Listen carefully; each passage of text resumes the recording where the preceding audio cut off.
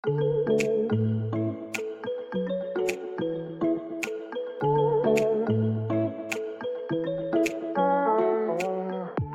à tous, ici Anne Ponty et bienvenue dans un nouvel épisode du Chantier.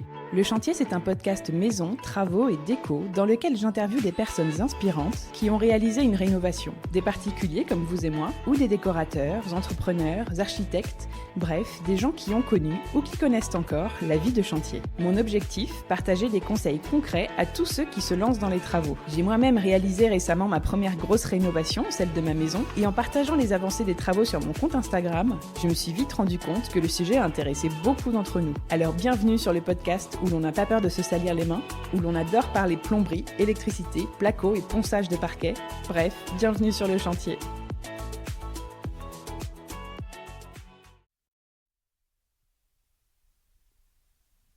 Bienvenue dans cet épisode spécial Saint-Valentin. Nous sommes le 14 février et j'avais envie de vous surprendre un peu cette année, car j'ai eu l'opportunité d'enregistrer un épisode sur la rénovation d'une Love Room. Alors, une Love Room, vous ne savez peut-être pas ce que c'est, je vous rassure, j'ai découvert aussi le concept il n'y a pas si longtemps. Vous pouvez aller voir sur lechantierpodcast.fr le reportage photo et la visite de celle dont on va parler dans cet épisode. En tout cas, j'ai pensé que ce serait intéressant de parler de ce sujet car j'avais entendu dire que c'était un des investissements immobiliers les plus lucratifs et sans doute y a-t-il parmi vous des auditeurs que le sujet de l'investissement immobilier intéresse.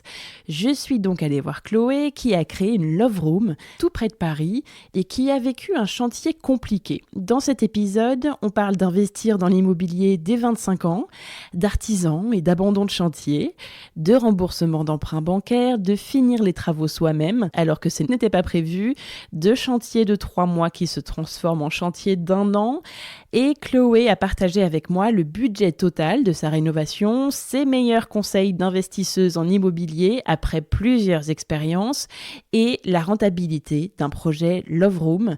Elle partage aussi ses bons contacts d'artisans sur Paris et ses bonnes adresses travaux et déco et ça c'est toujours précieux, mais je ne vous en dis pas plus et je laisse place à l'histoire de la rénovation de la Love Room de Chloé.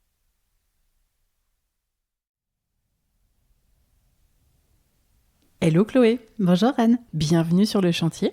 Merci. Tu es l'heureuse propriétaire d'une Love Room et ça fait très longtemps que j'ai envie de faire un épisode sur la rénovation d'une Love Room.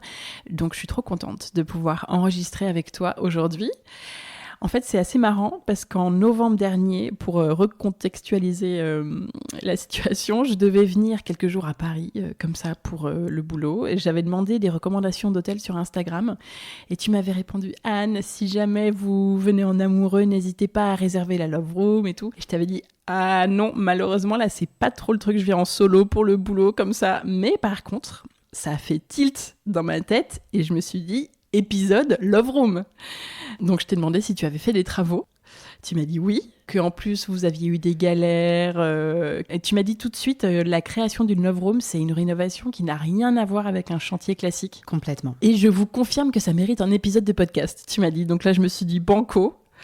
Bref, me voilà aujourd'hui. En plus, c'est bientôt la Saint-Valentin, dans quelques jours. Et bon, le timing va être un poil court, mais on va tout faire pour sortir cet épisode le 14 février. Donc, c'est parti. Tu vas nous raconter ce chantier un peu hors norme. Hein. Un petit peu. Pour commencer, est-ce que tu peux te présenter, tout simplement, nous dire d'où tu viens, ce que tu fais dans la vie, et puis avec qui tu as fait les travaux ici. Mais merci Anne pour l'invitation. Je suis Chloé, j'ai 29 ans et je suis investisseuse immobilière. Cette Love Room, on l'a co-créée et entièrement rénovée avec mon compagnon. D'accord.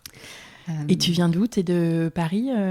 Pas du tout ? Non, pas du tout. Alors, mes parents avaient pas mal la bougeotte. Donc, on a énormément bougé quand j'étais petite. Je pense que d'ailleurs, c'est ça qui a dû développer mon goût pour l'immobilier. Ah oui ? Le fait de déménager autant, de se réadapter, de redécouvrir de nouveaux lieux. Il est possible, en effet, que ça ait eu quelques incidents. Oui, c'est possible, c'est fort possible. J'ai passé mon adolescence à Orléans. Donc, on va dire que je suis originaire d'Orléans, pour simplifier un peu.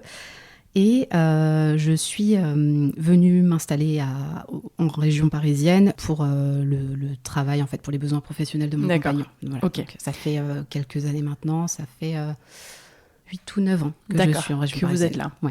Et donc là, on enregistre à Choisy-le-Roi, tout près de Paris. On a 4 stations de RER. C'est ça. Alors, quel est ton parcours d'investisseuse en immobilier? Parce que c'est évidemment assez récent puisque tu es très jeune. Mais quels ont été tes projets à ce jour? Comme je le disais, j'ai toujours été très attirée par l'immobilier. Je pense que ça a vraiment développé mon goût pour l'immobilier de pas mal déménager. J'ai su très jeune que je souhaitais investir. Pour moi, ça a tout de suite été une évidence. Pourquoi? Est-ce que tes parents le faisaient un peu ou... Alors non, mes parents non, mais j'ai rapidement développé cette culture autour de l'investissement en général et l'immobilier en particulier, autour de l'éducation financière aussi. D'accord. Voilà. L'investissement immobilier est à mon sens le moyen le plus rapide de se constituer un patrimoine, de le développer et de développer en fait sa culture financière au sens très large. Et le moyen le plus sûr aussi? Aussi, et puis c'est assez français d'investir dans la pierre. On aime tout ce qui est tangible et palpable, et j'ai pas fait exception. Voilà. Donc l'immobilier, ça a été une évidence. Alors, après le bac, j'ai fait une année en école de mode, donc rien à voir avec l'immobilier. Après un bac ES, donc je pense que ça a aussi contribué à tout ce qui est esprit économique et D'accord. Voilà, à commencer à ouvrir ma culture business. Donc école de mode, rien à voir. J'ai fait qu'1 an, c'était une école de mode à Paris.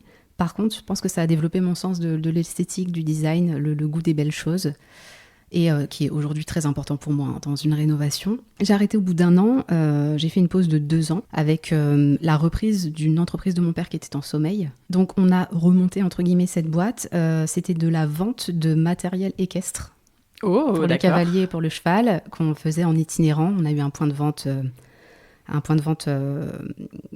temporaire, pendant 6 mois, mais on était essentiellement sur les concours sur les salons, sur les jumping de Bordeaux et les salons du cheval et les choses comme ça. On a fait des beaux concours, on a fait des gros salons aussi. On est devenu autour d'Orléans en fait un peu une référence en termes de plutôt sellerie. Sur la région. Ouais. C'est ça. Il a continué cette activité et moi je me suis dit je vais reprendre mes études. C'est un petit peu dommage de s'être arrêté à 1 an après le bac et finalement sans avoir le diplôme. Donc, je me suis posée en me disant, qu'est-ce que t'aimes ? L'immobilier, oui. Le business, oui. Et en fait, ça a été assez évident. Je me suis orientée rapidement vers un BTS en immobilier. Ok. Voilà, que j'ai fait tout de suite en alternance parce que, ayant travaillé quasiment à mon compte pendant 2 ans, je me voyais pas... T'avais pas trop envie de retourner sur les bancs de l'école tous les jours, toute l'année. Exactement. Donc, un rythme en alternance me convenait très bien. J'ai vraiment accroché et j'ai continué avec une licence professionnelle en droit immobilier, parcours administration de biens. Donc c'est très très précis. C'est parce que j'ai fait mon alternance en syndic de copropriété et j'ai continué en fait vraiment sur cette spécialité du syndic de copropriété. Donc c'est un peu le métier mal aimé de l'immobilier, c'est un peu les méchants. Mais par contre c'est extrêmement formateur parce que c'est très juridique, contrairement à beaucoup d'autres métiers dans l'immobilier. Donc, on peut dire que j'ai commencé par le plus compliqué, en fait. En fait, j'ai tout fait dans cette entreprise. Donc, l'alternance, ensuite le CDI. D'abord, en tant qu'assistante de copropriété pendant mon alternance. Ensuite, gestionnaire de copropriété immédiatement, dès que j'ai été diplômée. Et je suis passée ensuite responsable du service gestion avec double casquette de gestionnaire de copropriété. Et en parallèle, tu as eu envie de faire un premier achat immobilier à un moment ? Oui, exactement. En fait, le CDI aide clairement dans ces cas-là. Voilà, c'est même un prérequis, non ? C'est quasiment condition sine qua non. C'est très compliqué de faire autrement. À moins d'avoir un gros apport. Mais même, et encore, voilà, c'est ça. Le fait d'investir à 2, bien sûr, ça aide, mais...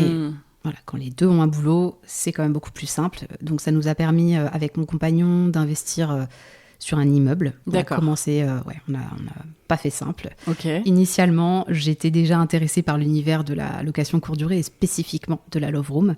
Mais mon compagnon m'a calmée, il m'a dit non Chloé, on va commencer par quelque chose de classique. Toi, tu serais lancée directement en premier projet sur une Love Room. J'ai un côté un petit peu cramé. Donc, Comment tu en avais entendu parler ? Parce que du coup, ça remonte à quoi ? Il y a 4-5 ans ? Alors non, plus que ça. Plus que ça, on parle il y a 8-9 ans, 8-10 ans, donc vraiment très tôt. Alors, je connais pas très bien le marché, mais j'imagine qu'il y a 8-9 ans, c'était pas très connu, pas très répandu. Très peu.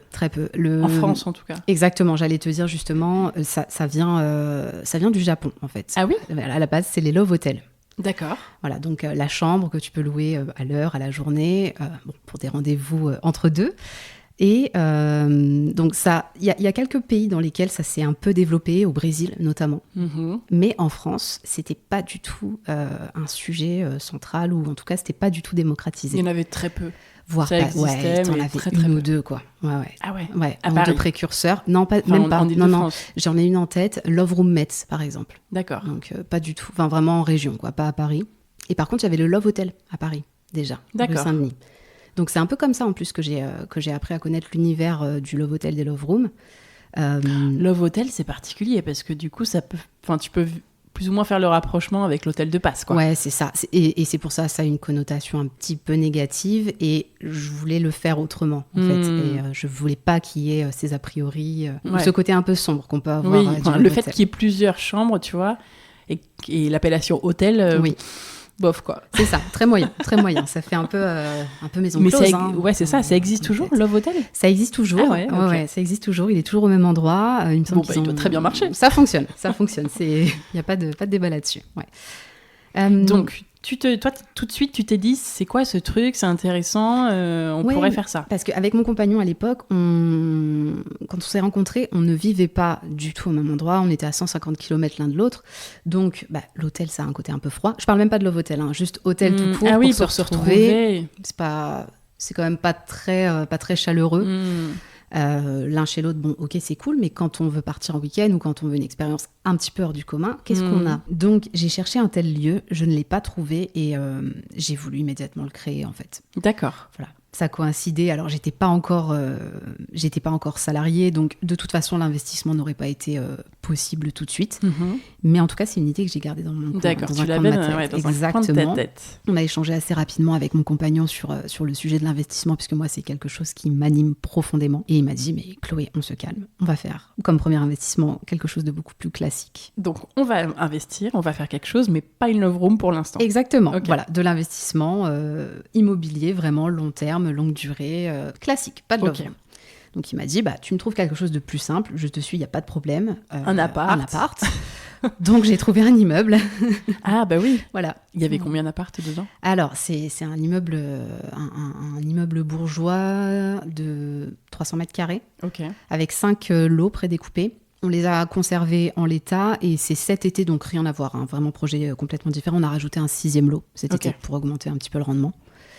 Mais un immeuble de 5-6 appartements. Oui, donc déjà un beau projet. Un bel immeuble, ouais, c'est ça. Pour se lancer, vous aviez quoi, 25 ans ? Moi, exactement, moi j'avais 25 ans. D'accord. Monsieur un peu plus âgé que moi. Mais c'est assez jeune finalement dans un parcours d'investisseur. Mais est-ce que ça t'a fait peur ? T'étais comment ? T'avais trop hâte ? C'est ça, exactement. Je savais où j'allais, je savais ce que je voulais. Et puis, je pense que je l'attendais depuis tellement longtemps que j'avais l'impression de savoir faire déjà. Et c'est hyper important de se former de toute façon. Donc, comment tu t'es formée ? Je me suis auto-formée. D'accord, parce que dans ta formation, tu n'avais pas forcément eu de volet investissement immobilier. Exactement. À l'école, que ce soit en BTS, en licence ou même à l'école en général, en très général, on ne développe pas la culture financière, on ne développe pas l'éducation financière et ça vient vraiment avec les recherches perso. C'est pas quelque chose qu'on enseigne à l'école. Donc en parallèle des connaissances que tu développes pendant une formation immobilière à l'école, en fait, il y a le côté business que tu dois aller chercher ailleurs. Voilà, ça, tu l'as pas dans le cursus. Tu as rencontré des investisseurs ou tu t'es formé en ligne ? Ouais, c'est ça. Je me suis cherché des infos. J'ai vraiment cherché toutes les infos moi-même. J'ai pas suivi de formation auprès de coach immobilier. Je suis allée chercher tout par moi-même parce que je trouve qu'en plus, ça fait partie de l'apprentissage. Mais donc, ça m'a vraiment permis de développer toutes ces connaissances et compétences autour de l'investissement immobilier. Donc j'étais extrêmement prête. En tout cas, je me sentais très prête. Tu savais ce que tu voulais. C'est ça. Je trouvais qu'un appartement, alors c'est super et c'est ce que je conseillerais à énormément de personnes. Mais j'avais envie de franchir un cap tout de suite, tu vois. D'accord. De faire un vrai projet. Exactement. Enfin, entre guillemets. Oui, voilà. Un projet qui te challengeait vraiment. Ouais, puis surtout de monter une grosse marche tout de suite. D'accord. En fait. Que ça ait un vrai impact financier, que ça ait un vrai impact patrimonial. Et puis, on pouvait le faire. Donc, en fait, oui, c'est ça. Pourquoi se priver ? Se priver, exactement. Ok. Et du coup, ton compagnon qui trouvait peut-être que la Love Room, c'était un peu trop particulier en premier projet, il a accepté de le faire pour un second projet, puisque votre second projet... Enfin, rapidement, après, tu as eu envie de faire un second projet. Oui, en fait, les travaux de l'immeuble n'étaient pas terminés, qu'on commençait déjà les recherches et les visites. Il devait nous rester 2 lots à boucler. 2 lots sur les 5, on était vraiment sur la fin de la réno. Donc, Attends, parce que donc vous avez revendu ou vous louiez... Non, vous louez ces appartements de l'immeuble. On a toujours, bien sûr, c'était en location partiellement. Il restait 2 lots à boucler. En termes de travaux, on était vraiment sur de l'aménagement sur la fin. Ok. On connaissait l'échéance de temps à laquelle ça allait sortir. Donc, on a enchaîné sur les recherches. Financièrement, vous voyiez que c'était OK, que vous arriviez à louer, que ça roulait. Exactement. C'était sécurisé. Entre guillemets, le projet était quasi bouclé. Donc, tu savais que tu allais pouvoir réemprunter pour un second projet ? Ouais, parce que le montage... un montage, ça s'anticipe sur l'investissement.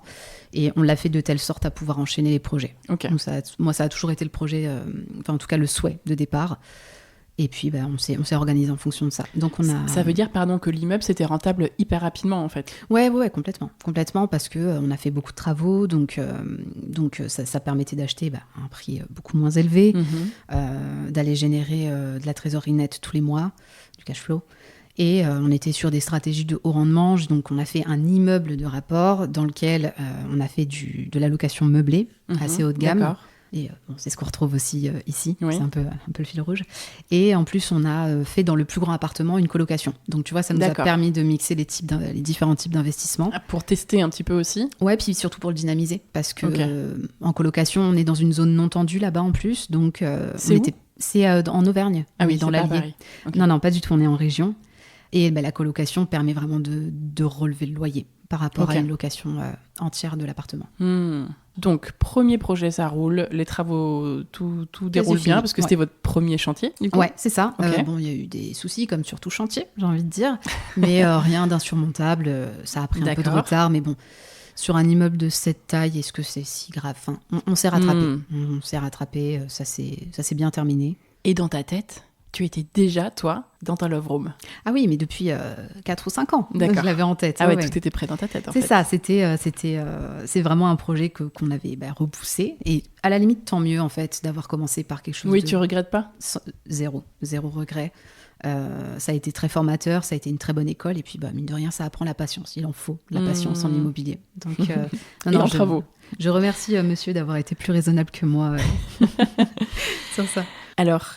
Quels étaient les critères, du coup, pour ce nouveau projet d'achat immobilier ? Tu vois, c'était quoi tes critères de recherche, là, quand tu as commencé à te mettre en recherche, justement ? Alors, déjà, rien à voir avec le premier immeuble. Donc, cette fois, on ne cherche pas à aller en région pour acheter à prix plus bas. On cherche vraiment un emplacement.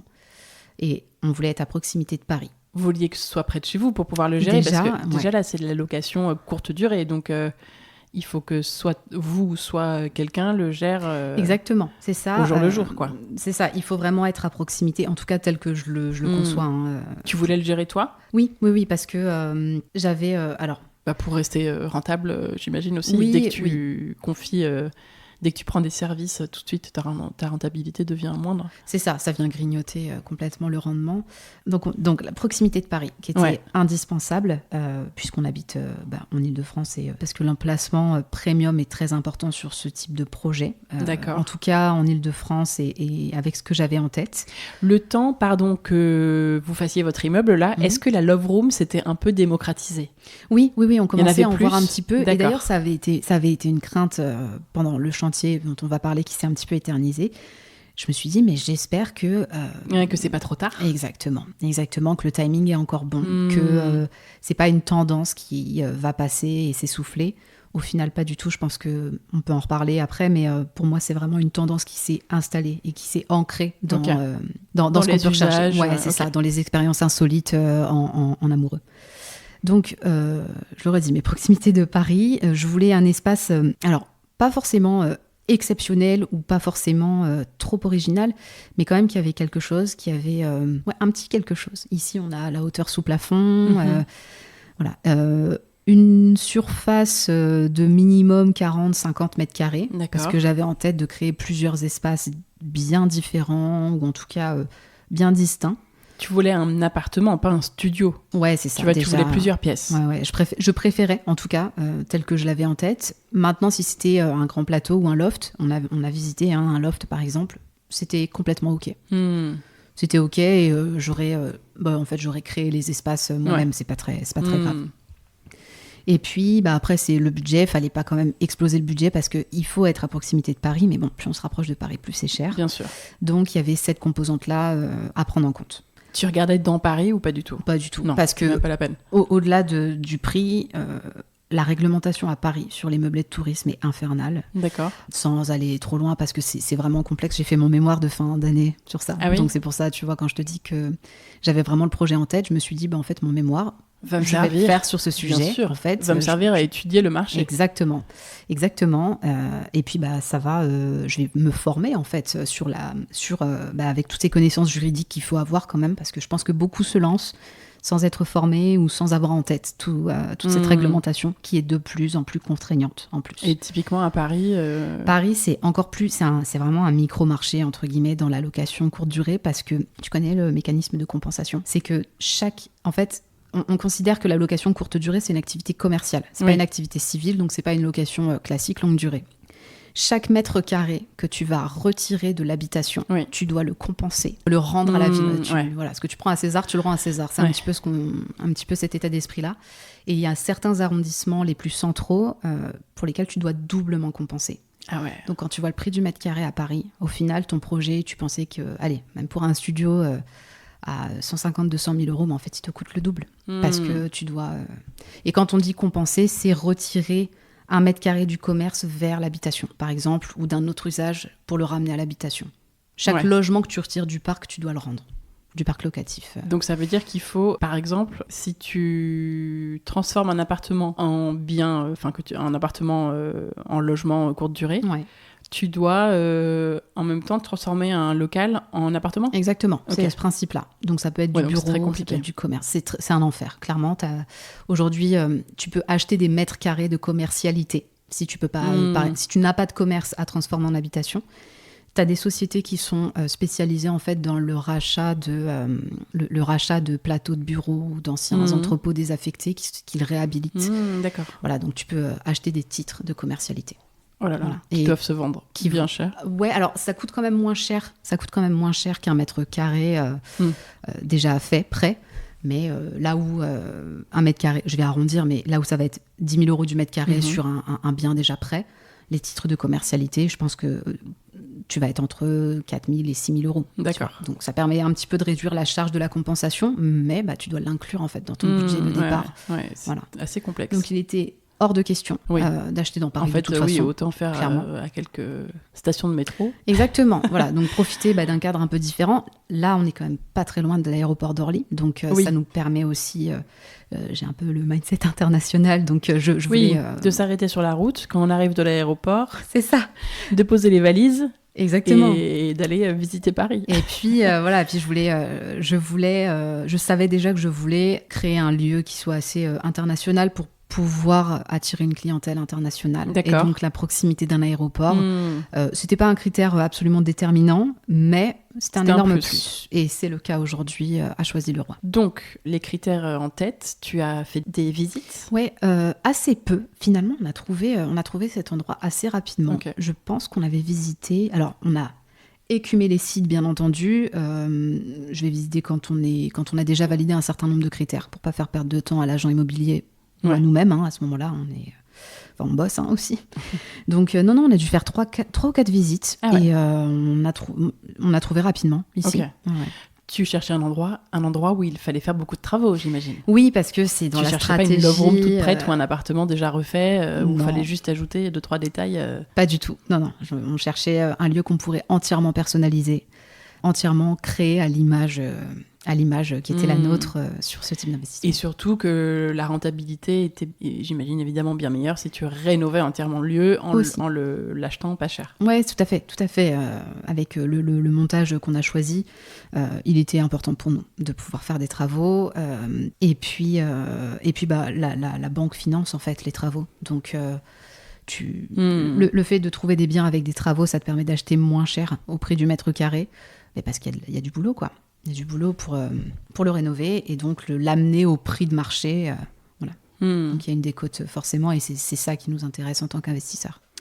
Et du coup, vous avez trouvé l'appart au moment où vous avez terminé votre chantier de l'immeuble, en fait. Alors, j'ai visité fin août 2022 et on a acheté réellement en mars 2023. Donc, processus un petit peu long, mais pas inhabituel. Et la visite, comment elle s'est passée ? Est-ce que ça a été un coup de cœur, tu vois ? Est-ce que c'est comment tu appréhendes une visite ? C'est pas comme pour un bien à usage personnel, tu vois ? C'est pas comme quand tu visites pour acheter ton appart perso. Ouais. Donc, comment ça s'est passé ? Qu'est-ce que tu regardais ? Sur quoi tu étais vigilante ? Je regarde, alors des formations pro, ancienne gestionnaire de copropriété, je vais regarder beaucoup l'immeuble, l'état des parties communes, ou en tout cas que ce soit l'état financier, juridique de la copropriété, mais également l'état physique, parce qu'avec une réglementation qui est en constante évolution, tu sais que tu vas avoir toute la rénovation énergétique qui va te tomber dessus, même à l'échelle de la copro. Donc, si c'est un immeuble, j'achète pas dans le neuf, mais un immeuble ancien, je vais faire attention à ça. Je cherchais une petite copropriété. Le premier critère, c'est l'immeuble en tant que tel, l'emplacement. Ça a été vraiment incontournable. Le plus important. C'est ça. Mais quand j'arrive, déjà, les agents immobiliers sont souvent contents parce qu'un investisseur, il va pas regarder les mêmes choses que quelqu'un qui achète pour sa résidence principale. Moi, si une plainte est décollée, je m'en fous, quoi. Ouais. Voilà. Je m'en fous, je sais que je vais tout refaire, donc c'est pas du tout un problème. L'état général, je vais regarder la structure. Est-ce que c'est sain ? Maintenant, je sais que globalement, tout se change à l'intérieur. Donc, c'est pas du tout bloquant si on a un papier peint. Oui, bien sûr. Voilà. Je vais regarder le volume et surtout, j'ai une assez bonne capacité à me projeter à force de faire des visites. Forcément, tu développes vraiment cette compétence-là. Et quand je rentre quelque part, je vois l'espace. C'est que automatiquement, j'ai le cerveau qui va placer les meubles, qui va organiser l'espace directement. Donc ça va assez vite en fait sur la capacité de décision, à prendre cette décision. D'accord. Et à se positionner. Et puis l'endroit s'y prête vraiment. On est vraiment dans un local que j'aime. Pourquoi l'endroit s'y prêtait vraiment ? Alors le volume. Tu as une entrée sur cour. Ouais, tout à fait. Donc c'est ça, c'est une entrée qui est assez intime pour les voyageurs. C'est au rez-de-chaussée, exactement. C'est un ancien bureau, donc je savais que je serais moins embêtée sur tout ce qui est destination, changement d'usage, autorisation de mise en location. Il faut un usage commercial, donc il faut faire un changement de destination si c'est un appartement. Ouais, c'est ça. Tu as quelques démarches à faire. Donc déjà, il faut regarder au sens de l'urbanisme et ensuite au niveau de la copropriété, donc dans le règlement de copro. Voilà, tu as cette double vérification à avoir. D'accord. Donc là, rez-de-chaussée, bureau, ok, tout va bien, ça s'y prête. Le volume aussi. Je voulais en fait créer l'effet waouh chez le voyageur et déjà le local s'y prête. Avant même la décoration, mais on respire, tu vois. On respire, je voulais pas... je veux créer quelque chose d'intime, mais je veux en même temps cette sensation de... on peut s'épanouir ici, tu vois. Et puis, tu avais plusieurs pièces. Ouais, c'est ça. La surface correspond à ce que j'avais en tête. Les espaces étaient déjà bien répartis. Oui, tu n'avais pas besoin de tout refaire au niveau des plans. C'est ça. Il y a pas de travaux de structure. C'est plutôt en bon état. Le budget, on est bon. Les points d'eau, ils sont au bon endroit déjà. Pas de grosse difficulté. Après, déjà la salle de bain, machin truc. Exactement. Après, l'immeuble de 300 mètres carrés, là, d'un coup, ça paraît très simple, en fait. Ça va aller vite. Ça va aller vite, parce que tout est déjà quasiment au bon endroit, quoi. Et pour autant, je crois que tu avais déjà en tête que ce serait pas un chantier qui devrait être appréhendé de la même manière qu'un chantier classique. Rien à voir. Rien à voir. C'est ce que je te disais en préambule, avant même qu'on se rencontre.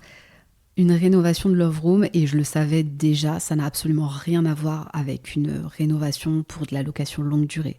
Pourquoi ? Parce que déjà, le voyageur, il reste une nuit. Tu n'as pas un locataire qui va apprendre à aimer un appartement. Là, tu n'as pas de deuxième chance, en fait, de faire une bonne impression. Donc, il faut créer l'effet waouh tout de suite. Ça va, là où un locataire longue durée va te pardonner, entre guillemets, sur des matériaux qui ne sont pas forcément bien choisis, qui ne vieillissent pas bien, ou qui sont peu adaptés, mais là, en fait, tu ne peux pas te permettre de te tromper. Donc, je suis assez perfectionniste, donc pour moi, ça a été un plaisir, en fait, de construire tout ça et de créer ce projet. Et c'est aussi ce challenge-là que j'adore, parce que j'aime bien quand il y a de la difficulté. Et c'est pour ça qu'on a voulu vraiment créer une expérience exceptionnelle. Et en fait, t'as pas trop le choix. Et surtout, je savais que je voulais tout de suite aller sur un segment premium avec la clientèle internationale. Vraiment, quand je dis segment premium, c'est qu'on est sur le haut de la fourchette des prix constatés en France. D'accord. Pour les Et ça, love tu rooms. savais tout de suite que tu voudrais faire ça. Ouais, je le savais. Et du coup, tu cherchais un lieu qui allait cocher les se cases par rapport à ce que prêter tu voulais ça. faire. Ouais. Exactement. Voilà, tu peux pas. Enfin, ça reste des bons investissements. C'est pas ce que je préfère, mais Oui, mais je en peux pas effet, il te faire fallait une- un minimum de hauteur sous plafond, de la Ça, lumière. il faut qu'il y ait un côté pas. Tu peux pas aller, pour moi en tout cas, quand tu adresses ce type de clientèle ou quand tu as ces objectifs de segment, j'aurais pas acheté dans un immeuble des années 70. Oui, Tu vois, là, tu as un joli... c'est un joli immeuble. c'est un joli immeuble. La façade est jolie dehors. Voilà, c'est ça, exactement. Pour moi, le charme fait partie de l'expérience dès l'entrée. Voilà, avant même que le voyage commence pour les voyageurs, quoi. Ok.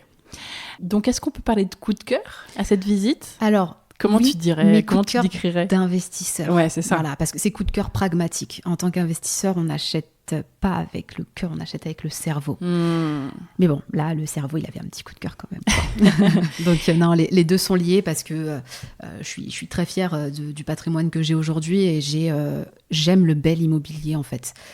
Je m'imagine pas, quoique après, je peux très bien tomber sur une super occasion, mais je ne m'imagine pas acheter un peu le bloc de béton, tu vois. J'aime me dire que on participe à rénover un peu le patrimoine français, à acheter un petit bout d'histoire quasiment. Et c'est pour ça que j'aime vraiment la belle pierre. D'accord. Donc, toutes les cases étaient cochées. Ouais. Tu sors de la visite, tu te dis c'est bon, c'est lui ? J'appelle mon chéri et je lui dis c'est lui. Ouais, Ok. exactement. La première fois, j'ai visité toute seule avec un agent immobilier qui était très ouvert d'esprit, qui m'avait beaucoup fait rire et où je lui ai...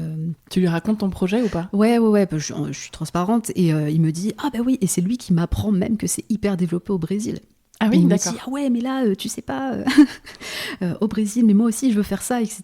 Et Ah ouais, ils me disent d'accord. le Brésil, ils ont 10 ans d'avance sur nous. Et en fait, il avait beaucoup voyagé là-bas lui, donc il connaissait par cœur, quoi. Déjà, ça veut dire, tu vois, que si lui aussi se dit ah ouais, moi aussi, je regarderais bien de plus près ce genre de projet, tu te dis bon, ça va, il est peut-être pas trop tard. Ouais, c'est alors maintenant. Ouais, c'est ça. Et puis tu te dis bon, un professionnel de l'immobilier qui Oui. a la même vision que toi à ce moment-là, c'est plutôt bon signe. Ça veut pas dire Bon, que même ça si va lui il veut marcher, te vendre mais l'appart, donc forcément c'est il va ça. pas dire non, c'est Nos- nul. Nos intérêts sont alignés à ce moment-là, donc effectivement, ça aide son discours. Mais non, après, ça va assez rapidement. On s'est positionné vite. Comment tu as fait ton offre ? Est-ce que tu as fait une offre ? Est-ce que le prix était correct ? Est-ce Ouais, que tu as fait c'était- une offre au prix ? Est-ce que tu as fait une offre en dessous ? J'ai fait un une offre peu- au prix. J'ai fait D'accord. une offre au prix. Je voulais pas que ça passe à côté. Pas Ok. parce que coup de cœur, comme si c'était une résidence principale, mais parce que Parce en que fait, c'était je le sais bon ce que prix je veux. et que tu voulais cet endroit. Tout n'est pas négociable aussi en immobilier. Et ça, on a tendance à l'oublier. On a des investisseurs Ouais. qui n'achètent que parce que ils peuvent faire une offre en dessous. Non, tout n'est pas négociable. Surtout dans un marché tendu comme l'Île-de-France. Tu peux pas te... Et c'était quand ? pas te C'était il y permettre, a parfois. combien d'années ? On était là, alors on a visité fin août 2022. Ouais, donc c'était il y a 3 ans. Ouais, 3 ans et demi. C'était la fin de cette période très faste quand même, tu vois. Je C'était le vois. début de la période qu'on connaît depuis 2-3 ans, qui est quand même un Ouais. peu plus calme. En fait, pour moi, il y a eu un avant et un après Covid, mais également Oui. dans l'immobilier. Je trouve Oui. que ça s'est beaucoup ressenti. Avant le Covid, il y avait les taux qu'on connaissait. On était autour des... à l'époque, 3, 2... Enfin, ça a vraiment été décrescendo. Après le Covid, les prix ont explosé en région, en campagne, au bord de la mer, parce que tout le monde voulait se barrer des grandes villes. Ouais. Et les taux ont commencé à remonter à 2 ans après, exactement. Ouais, donc on n'était plus du tout dans les mêmes conditions de marché que quand on a attaqué l'investissement et qu'on a commencé par l'immeuble. Donc, des bureaux, ils étaient dans quel état ? C'était carrelage blanc au sol, si ma mémoire est bonne, Tout, ouais. les murs tout blancs, tout simple, Un côté un pas peu trop de clinique. charme, ouais, voilà. Voilà, vraiment la page blanche où tout est à faire et ça me va très bien en fait à ce moment-là. Mais oui, c'était typique bureau, mur blanc, carrelage blanc, enfin rien de fou. Ouais. Quoi. Ouais. Comment tu as décidé des grands changements qu'il fallait faire ici ? Parce que, alors, il n'y a pas eu de grands changements de plan, notamment, Non. mais quand tu vois les avant-après, c'est quand même pas du tout la même chose. Ouais, c'est Donc, tout blanc, tout noir. Comment quoi. tu as réfléchi à ça ? Est-ce que le plan a quand même un peu bougé ou pas du tout, non ? Non, alors Ah non, absolument très pas. franchement, on a juste déplacé la cloison de la cuisine Ok. pour pouvoir mettre une vraie cuisine de 3 mètres et rester sur des dimensions standards. Ok. Parce que toujours dans un souci d'optimisation du budget, J'avais pas envie de partir sur mesure, tu vois. Évidemment. Donc on a, je crois, juste avancé la cloison de la cuisine de 30 cm. Pour que ton caisson de 60 soit pile poil. Exactement. T'as fait sur mesure, t'as fait en fonction de la cuisine en fait. Ouais, c'est ça. Oui, et puis au final, regarde, c'est hyper cohérent, les murs s'alignent bien, donc sûr. Ça se voit à peine. Ok, ouais. D'accord. Sinon, non, la véranda est telle quelle. La salle de bain, hormis ça, n'a pas bougé. Et puis les pièces principales non plus. D'accord, donc pas de gros changements. En fait, c'était vraiment de l'aménagement intérieur. Exactement. Du second œuvre et des finitions. C'était presque de la déco. Exactement. En fait, c'était beaucoup du revêtement, mais pas que, parce qu'il y avait quand même plein de sujets un peu complexes, type il y a toute isolation, sonore, enfin plein de choses comme ça, dont on va parler. C'était quoi l'objectif de cette rénovation pour toi ? Alors déjà, je pense c'est très... je vais te faire une réponse assez égoïste, mais c'était vraiment accomplir l'objectif que j'ai en tête déjà depuis 3, 4, 5 ans, où je me dis, ça y est, on y est enfin. Donc, c'est-à-dire créer ce projet qui te tenait à cœur. Ouais, c'est ça. Parce que tu trouvais ça chouette et innovant. C'est à la fois... et qu'il y avait un vrai besoin.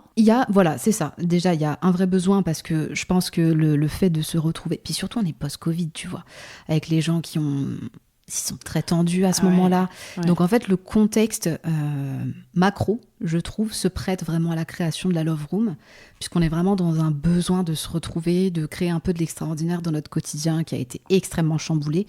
Et puis la période post-Covid, elle a quand même pas duré que 6 mois, quoi. Tu vois, ça c'est pas mal. Non, et puis là, c'était le début de la guerre en Ukraine, tout ça. Voilà, donc je pense que les gens ont besoin de petites bulles de bonheur, pas trop loin de chez eux, sans partir en vacances facile. Trop longtemps. Voilà. Et c'est vraiment le concept staycation, tu vois. C'est je pars en vacances en restant chez moi. Oui. Donc, la Love Room, ça s'inscrit parfaitement, finalement, dans ce concept. Donc, ça a été pas de me prouver, mais d'accomplir enfin l'objectif, voilà, que j'avais depuis quelques années. En gardant en réalisant une rentabilité, enfin tu vois, en cochant les cases de l'investissement immobilier, tout en te faisant plaisir sur la réalisation de ce projet. Exactement, c'est très bien résumé. Pour moi, l'investissement immobilier, je le conçois comme, je veux acheter de l'immobilier de qualité et je veux que ça me rapporte le plus possible. Et surtout que ça prenne de la valeur dans le temps, ou en tout cas que ça n'en perde pas. C'est aussi pour ça que j'adore l'investissement immobilier, c'est que c'est extrêmement stable. Et ici, c'est le cas. Et comme le fait que ce soit de la location courte durée, tu vois, on y passe plus de temps. En tout cas, on vient plus régulièrement. Et en fait, ça permet d'entretenir beaucoup plus régulièrement. Donc, ça se dégrade moins. Oui, c'est vrai. Tu es obligé d'être très vigilant. Donc, c'est quasiment... ça vieillit quasiment mieux, en fait, que de la location longue durée. Oui, c'est sûr. Et tu m'as dit aussi que tu avais conçu cet endroit, cette Love Room, pas comme une simple nuit d'hôtel ou comme un Airbnb classique, mais que tu voulais une expérience unique sur mesure et même inoubliable. Ouais, tu m'as dit. C'est ça. Je voulais une expérience inoubliable pour mes voyageurs. Je voulais quelque chose de très immersif. Tu vois, le thème est quand même très assumé. On est sur du tout noir, donc il faut oser. Mais en même temps, je pense que c'est ce que les clients viennent chercher aussi. C'est quelque chose qui ne ressemble pas à chez eux. Et en même temps... Oui, ils veulent pas que ce soit comme chez eux. Voilà, il y a des love rooms qui sont absolument canons sur les thèmes balinais, par exemple. Donc c'est plus clair, il y a du bois, c'est très naturel. C'est magnifique, mais c'est pas ce que j'avais envie de faire ici, en tout cas. Et puis oui, tu dois créer une expérience qui soit immersive. Encore une fois, on revient sur ce côté où tu n'as pas 2 fois l'occasion de faire la meilleure première impression. Donc j'ai conçu vraiment toute la Love Room comme pas un parcours client, mais tu vois, une expérience qui se déroule vraiment au fur et à mesure des pièces. Et l'endroit s'y prêtait bien avec ces pièces en enfilade un peu. Exactement. Là où ça, c'est un énorme inconvénient dans une résidence principale, par exemple, chez nous, en fait, ça nous arrange, tu vois. Ça se prête beaucoup mieux à ce parcours, à cette expérience. Et le challenge pour moi était double. Il fallait trouver le bon lieu, donc vraiment le lieu qui se prête à l'expérience que j'avais en tête et créer cette expérience inoubliable pour le voyageur. Oui, dans cet endroit. Ouais, dans cet endroit, c'est ça. Donc il faut faire en fonction des contraintes des lieux et en même temps y apporter absolument tous les éléments que j'avais en tête. Et là, je fais pas de concession. Là, pour le coup, s'il faut pousser les murs, je le fais, tu vois. Donc ouais, j'avais une idée... assez précise de ce que je voulais sur le thème BDSM en fait, qui a commencé à être très démocratisé en France avec 50 Shades of Grey. Je voulais recréer un peu cet univers-là. Donc je pense qu'aujourd'hui, ça parle à peu près à tout le monde. J'ai pas les premières lettres, moi, je t'avoue. SM-OM et... bondage et domination. D'accord. Ouais, et à vérifier. Ouais, c'est ça. Okay. Tu veux dire que ça s'est démocratisé, qu'il y a des gens qui... Enfin, c'est devenu une tendance un peu dans les pratiques érotiques. Je suis pas du tout... je suis pas sexologue ou je suis pas du tout dans... Non, mais en t'intéressant au marché de la Love Room, t'as dû du coup un peu te documenter sur tout cet univers. Tu apprends tout, hein, même le nom des accessoires et tout, tu découvres... oui, tu vas nous en parler. Ouais, complètement. Puis même le mobilier. Et en fait, quand tu regardes, ça coûte une fortune. Donc il a fallu qu'on trouve des hacks pour rentrer dans notre budget et puis ne pas exploser l'enveloppe. Exactement. Parce que tu vas nous raconter, c'est trop intéressant. On a l'enveloppe travaux, mais et t'as l'enveloppe mobilier exactement, qui est énorme et qui n'a rien à voir. Et c'est en ça, je dis que ça n'a rien à voir aussi avec un chantier classique. Ouais, c'est ça. Ok. Avec ce film, ça a commencé à rentrer un petit peu dans les foyers en fait. Okay. Tu vois, quelque chose. Je pense qu'il y a énormément de gens qui ont un accessoire dans leur table de chevet aujourd'hui. Alors qu'avant, c'était absolument tabou, on n'en parlait pas. C'était réservé à une partie de la population qui allait en club. Et le challenge, mais oui, c'est ça. Tu vois, dans les clubs un peu privés qui font un peu peur, parce qu'en fait, on ne connaît pas. Tu vois. Et là, l'idée, c'était de ramener ça dans un lieu où les voyageurs sont tout seuls. Et donc peuvent expérimenter. Oui, où c'est facile, accessible et où tu n'as aucun regard, tu vois. Voilà, t'es pas jugé, vous êtes que tous les deux, donc il y a pour tous les niveaux entre guillemets aussi d'accessoires et on propose une c'est en ça que l'expérience est très complète, c'est qu'on a essayé de penser à tout, ou en tout cas à mettre de tout, pour qu'il ne manque de rien et qu'il n'ait rien à apporter. Quels que soient les profils. Ouais, c'est ça, exactement, c'est ça. Du débutant au confirmé. Quel esprit, toi, tu voulais donner à cette Love Room ? Parce qu'il y a un côté voyage. Globalement, le thème des pièces... principale, j'ai commencé par là, je dirais qu'on est on est sur un boudoir contemporain, avec une petite touche un peu gentleman club, tu vois, on avec pas mal de cuir, Chesterfield. J'adore ça, et donc même si c'est pas vraiment ce qu'on attend dans un boudoir, je voulais le ramener, donc on a tout mixé en essayant de rendre ça le plus harmonieux possible. Et donc, on me disait tout à l'heure, les pièces sont en enfilade et en fait, ça nous a permis de créer des ambiances. Des zones différentes et des ambiances différentes. Les ambiances surtout. En fait, on va du plus soft au plus sombre. Oui, carrément. Et vraiment, ça a été un peu comme le cheminement naturel et puis même d'un couple qui souhaite expérimenter. Au final, ça se passe aussi dans cet ordre-là. Donc, on ne voulait pas faire peur, en fait, aux voyageurs. Direct, les accessoires quand tu ouvres la porte dans l'entrée. Une chaîne et tout à l'entrée, non. Je pense qu'il y en a qui font demi-tour. Non, donc l'entrée, c'est l'espace bien-être, c'est très... Oui, le spa. Déjà, c'est baigné de lumière, donc on ne voulait pas faire quelque chose de trop sombre, il fallait que ce soit cohérent. C'est aussi ça que je regarde quand je te dis, je rentre quelque part, je vois l'espace. La lumière naturelle, elle vient d'où, tu vois, dans quelle direction, ça éclaire quoi, qu'est-ce qu'on doit mettre en avant, qu'est-ce qui est plutôt caché à ce moment-là, est-ce qu'on joue sur ce côté caché, ou alors est-ce qu'on vient de l'éclairer ? Donc c'est un petit peu tout ça qui s'articule.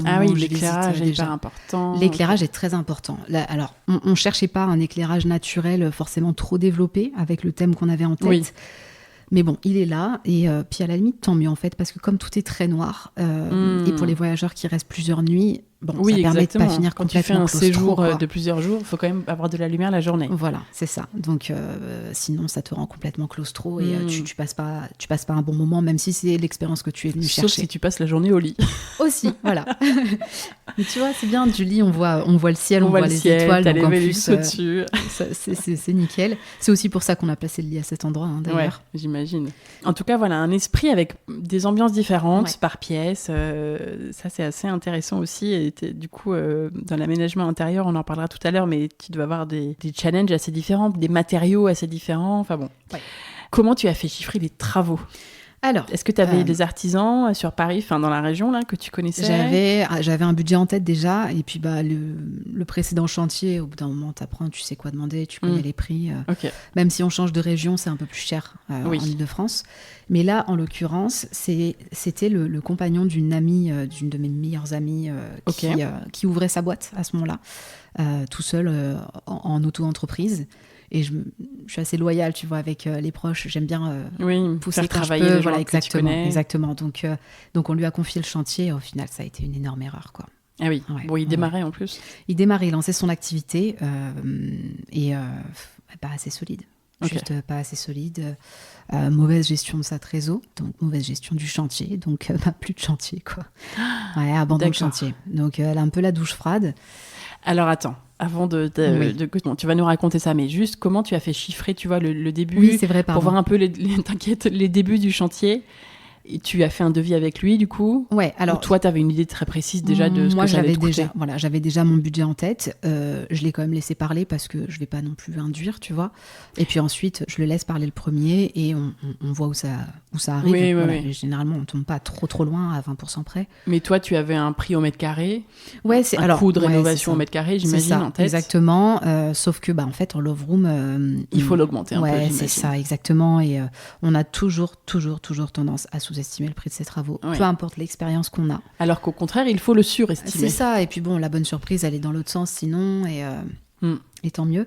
Donc moi, Alors, tu étais partie sur quoi, en tout cas, au début? moi, j'étais partie sur 30 000 € hors mobilier, hors déco. D'accord. Voilà. Donc, puis, tu vois, autour de nous, il n'y a pas grand-chose à faire de base. Donc, Oui. c'est censé rentrer, en fait, Ouais, à ce ouais, moment-là. ouais. 30 000 €, et ça nous permettait d'avoir une réno autour des... sur une tranche entre 500 et 800 € le mètre carré D'accord. à rénover. Ok. Ce qui est pas très cher, enfin ce qui paraît pas très cher comme ça, mais parce qu'en fait, il y avait pas du tout de grosses choses à faire. Exactement. Et alors, autant... Comme on l'a dit, c'était surtout du revêtement, de sol, de mur. Pour nous, c'est de la déco. À ce Ouais. moment-là, on sort d'un chantier, d'un immeuble de 300 mètres carrés, on a tout refait du sol au plafond. Oui, donc, rien à voir. là, pour nous, clairement, c'est de la déco. On se dit, bon, il y a un peu d'isolation, c'est que dalle, quoi, après ouais. ce qu'on vient de faire. Donc, effectivement, dans le cahier des charges travaux, qu'est-ce qu'il y a à ce moment-là? Il y a l'isolation à reprendre, pas parce qu'elle est mauvaise, mais parce qu'il faut complètement insonoriser. À l'isolation phonique. Phonique, oui, Pas complètement. thermique. Je parle pas thermique. Non, parce que là, la réno énergétique, c'est pas du tout un enjeu sur ce chantier-là. Ok. Là, on pense vraiment au confort intérieur du voyageur et à son intimité. Alors, tu veux dire qu'ils n'entendent pas s'il y a des gens qui passent dehors? Ouais, Non. clairement, Non, c'est clairement. sûr que tu as C'est- envie d'être c'est- tranquille. C'est pas possible. Et à la fois, tu peux faire du bruit si tu veux, c'est ça l'idée? Ouais, c'est ça. Mais comme on est au Ok. rez-de-chaussée, le bruit a plutôt tendance à se transmettre du haut vers le bas D'accord. dans un immeuble, moins du bas vers le haut. Donc, Ok. en fait, nos voyageurs, ils peuvent s'exprimer. Et à la fois, tu voulais pas qu'ils entendent les voisins qui passent devant la porte. Ouais, enfin, c'est ça. tu Je vois, veux qui qu'ils se passent sentent devant. vraiment seuls au monde. Je veux Mm. que leur séjour soit une bulle totale, sensorielle dans leur esprit, dans vraiment... D'accord. Donc ça veut dire changer des portes, mettre des portes acoustiques, enfin phoniquement. Les murs en fait, Ok. surtout, parce que bon, avec la configuration du local, les portes étaient très bien. Ok. Et, on n'a pas eu besoin de changer ça, mais mur plafond quoi. D'accord. Je parle un peu du cahier des charges travaux, Oui. donc il y a l'isolation, forcément isolation on replaque derrière, tous les revêtements, et ça il faut pas Lésiner. prendre du pas cher, faut pas Ouais, lésiner tu voulais sur des ça. beaux matériaux. Exactement. Ouais, il faut des matériaux. Alors on parlera un peu du détail après si tu veux, mais il faut que ça crée l'effet coup de cœur, donc faut que ça paraisse quali, mais ça n'a pas forcément besoin d'être trop cher. Ouais. Voilà. Donc C'est toute la difficulté. Exactement. Bon, je pense qu'on le retrouve un peu sur tous les chantiers, ça, Ouais. mais particulièrement, Oui, mais particulièrement là, quand ici, c'est un ouais, investissement c'est ça. immobilier. Il faut que ce soit durable aussi, parce que les gens sont là que pour... c'est pas comme un locataire long terme, où il sait qu'il va vivre lui-même dans son bazar s'il en crée, tu vois.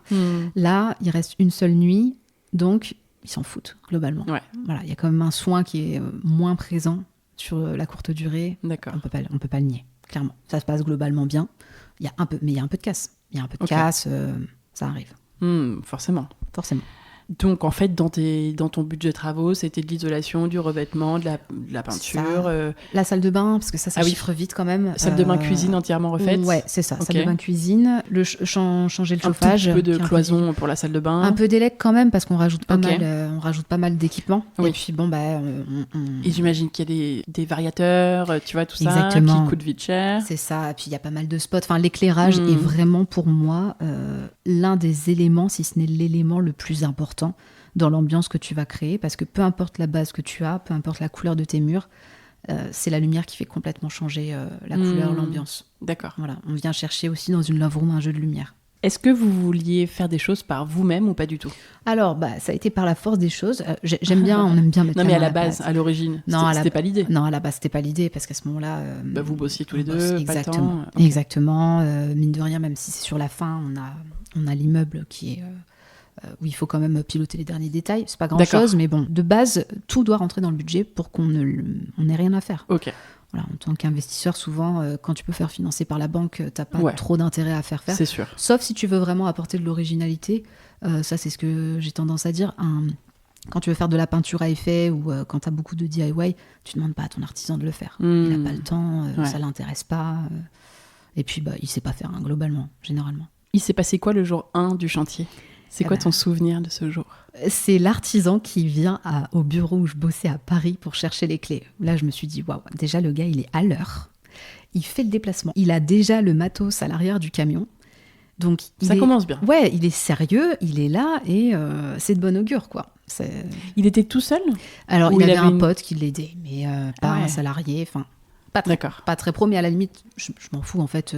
Oui, vous n'aviez pas non plus besoin d'une équipe de 5-6 personnes. Là, un chantier comme ça, alors tout seul, c'est un peu pénible parce que surtout quand tu as de l'isolation, tu as toutes les plaques à lever et tout, donc un peu galère. Surtout qu'on a recréé les plafonds, on a descendu certains plafonds pour insérer des LED.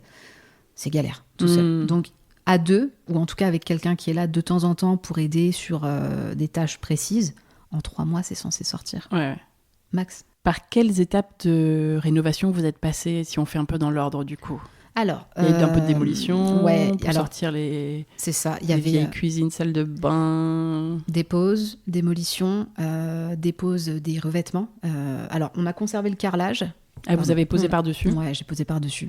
Il n'était pas question d'aller refaire du ragréage, tu vois, une fois que le cas. En tout cas, c'était le plus simple. Voilà, le plus simple, le plus rapide, le plus économique aussi. Mais par contre, c'était de la toile de verre un peu partout sur les murs. D'accord. Donc, il y avait un peu de dépose, préparation des murs à relisser en dur, etc. La salle de bain, il y avait pas mal de... on partait de zéro sur la salle de bain. C'était une cabine douche, donc il a fallu créer quand même... surélevé légèrement pour pouvoir mettre une pente pour la douche à l'italienne. C'est pas mal recherché. Enfin, en tout cas, les clients Love Room viennent chercher aussi, tu vois, de l'expérience un peu hôtel haut de gamme. Donc, tu mets avec une belle salle de bain. Voilà, c'est ça. C'est indispensable. Puis tu fais une grande douche où tu peux être à deux, etc. Exactement. Il y a même certaines Love Room qui vont mettre une double douche. Ouais, carrément. Tu vois, nous, on trouvait pas que c'était forcément utile parce que tu as la baignoire balnéo. Oui. Voilà, il y a une vraie pièce spa. Oui, exactement. Il y a un espace bien-être. Donc là, c'était un peu se rajouter de la difficulté inutilement.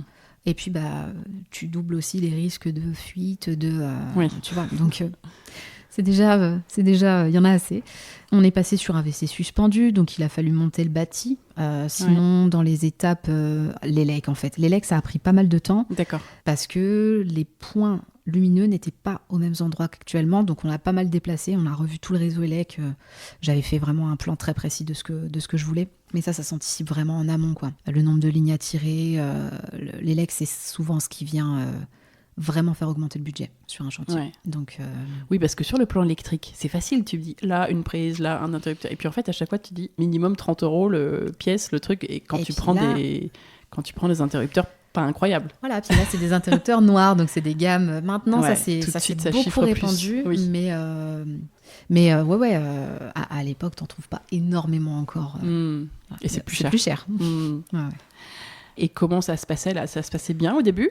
Ça se passe toujours bien au début, ça se passe toujours bien. Ah non, il y a des chantiers qui, dès le début, ça peut être pas ouf, tu vois. Non, quand même. Alors là, je pense que le fait que je sois très copine avec sa compagne, forcément, c'est ça. Ça, t'as un peu la pression de la double relation pro et perso à quand même à préserver, à entretenir. Donc ça se passe bien au début. Un peu en dents de scie parce qu'on n'est pas dans la même région. Lui, il est de région centre et le chantier est à côté de Paris. Donc ça fait pas mal de déplacements. Mais du coup, il vient tous les jours ? Ouais, alors, oui, c'est ça. Il a fait des... J'étais en train de me dire, mais attends, est-ce qu'il a dormi sur place ? Non, il a vraiment fait les déplacements tous les jours. Je crois que de temps en temps, il louait un Airbnb, justement, pour être à proximité.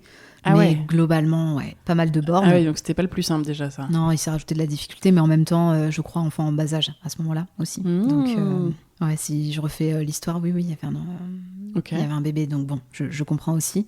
Mais bon, la distance facilite pas forcément le chantier. En parallèle, avec l'euphorie des premières factures encaissées, je pense, il a dû prendre d'autres chantiers. Et en fait, tu sais, tu joues un peu à la cavale de trésorerie, quoi. Tu prends un chantier qui finance l'autre, etc. Et quand le dernier est terminé, il n'y a plus de trésor. Donc, bon, on n'était pas le dernier. Mais on commence à avoir des retards. On commence à faire nous-mêmes des choses qui étaient payées, prévues. Typiquement, le parquet, on n'était pas censé y toucher, c'est moi qui l'ai posé, tu vois. Parce que quoi, il était en retard et qu'il fallait que ça avance. Ouais, c'est ça, parce que là, pour le coup, c'est pas comme si on pouvait vivre dans une autre pièce en attendant. Là, il faut que ça sorte, parce qu'on a un crédit en cours, on a un différé bancaire. Toi, t'avais négocié un différé ? Ouais, on prend toujours un différé sur nos projets. Tu peux négocier, c'est quoi le maximum ? Alors, selon les banques, mais globalement, c'est en fonction de la durée. Maintenant, les banques font très attention. Elles commencent à connaître de plus en plus les durées de chantier, ou en tout cas, Je crois que c'est compliqué d'avoir un différé maintenant. C'est compliqué d'en avoir un long, parce que avant, tu pouvais demander... tu peux toujours, selon les banques, mais globalement, le différé, ça te servait à couvrir la durée de tes travaux et à reconstituer ton apport, de récupérer un peu de cash, un peu de trésorerie.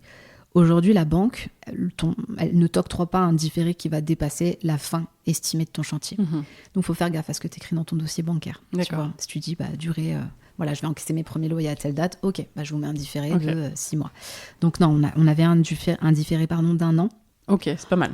C'est pas mal. Sur le papier, de base, c'était censé largement couvrir. On partait sur une durée de chantier de 3 mois. Oui, parce que toi, tu dis 3 mois de chantier, Exactement. et comme ça, c'est génial. Exactement. Je commence à rentrer mes premiers clients, et puis ça. après... Je récupère mon apport.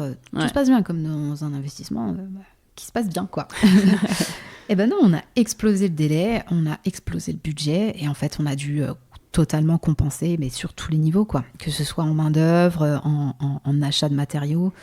Il y a des choses qui avaient été mal faites. On a dû faire reprendre, et là sur des domaines qu'on maîtrise pas avec mon compagnon, donc il faut payer quelqu'un d'autre. Exactement, c'est ça. Donc en fait tu payes 2 fois, quoi. Ah ouais, ok. Tu payes 2 fois, et je dirais même 3 fois, parce que tu as le temps, et le temps c'est un peu de l'argent en immobilier, en investissement immobilier en tout cas. Donc on a cette triple dimension.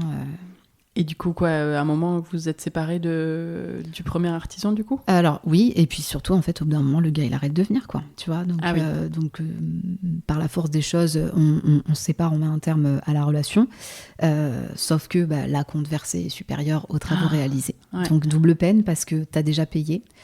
Pour des trucs qui ne sont pas finis, c'est pas fait, ou voire mal fait. Et en fait, tu dois repayer pour refaire, etc. Donc, Et tu n'as pas de moyen de récupérer ton argent ? Non, t'as pas, parce que... Alors, franchement, là, à ce moment-là, et c'est trop dur. Et je pense que c'est vraiment la plus grosse difficulté, parce que t'as envie de mettre toute ton énergie à aller récupérer ton argent. C'est pas ce qu'il faut faire. Clairement, il faut sortir de ce prisme-là. Il faut prendre de la hauteur et se dire, ok, c'est quoi le plus important ? Pour nous, à ce moment-là, le plus important, c'est de commencer à louer. C'est de vite terminer le chantier, parce que le différé va se terminer. Donc on va commencer à libérer le capital. Donc c'est pas de passer tes journées à parler avec un avocat. Exactement. Et puis en fait, à ce moment-là, si t'es honnête avec toi-même, t'as pas l'argent pour un avocat. Bah oui. Voilà. Et en tout cas, l'argent que t'as, on en parle après, tu le mets à payer tes matériaux, ou à payer payer quelqu'un, pour que ça se finisse. Voilà, pour terminer le chantier. Sauf que parallèlement à cette période-là, en plein dans cette période-là, moi, l'entreprise dans laquelle je suis salariée est en liquidation judiciaire. D'accord. Voilà, donc tu perds ton travail. Alors, ouais, je négocie mon départ pendant la liquidation. J'avais déjà en tête, en fait, avec la Love Room, avec un autre projet entrepreneurial, de quitter, mais ça a accéléré, en fait. Voilà, ça a accéléré mon départ. Sauf que entreprise en liquidation, t'as pas d'indemnité. Je suis pas allée jusqu'au licenciement économique, puisque je suis partie avant. Mais en fait, bien mal m'en a pris.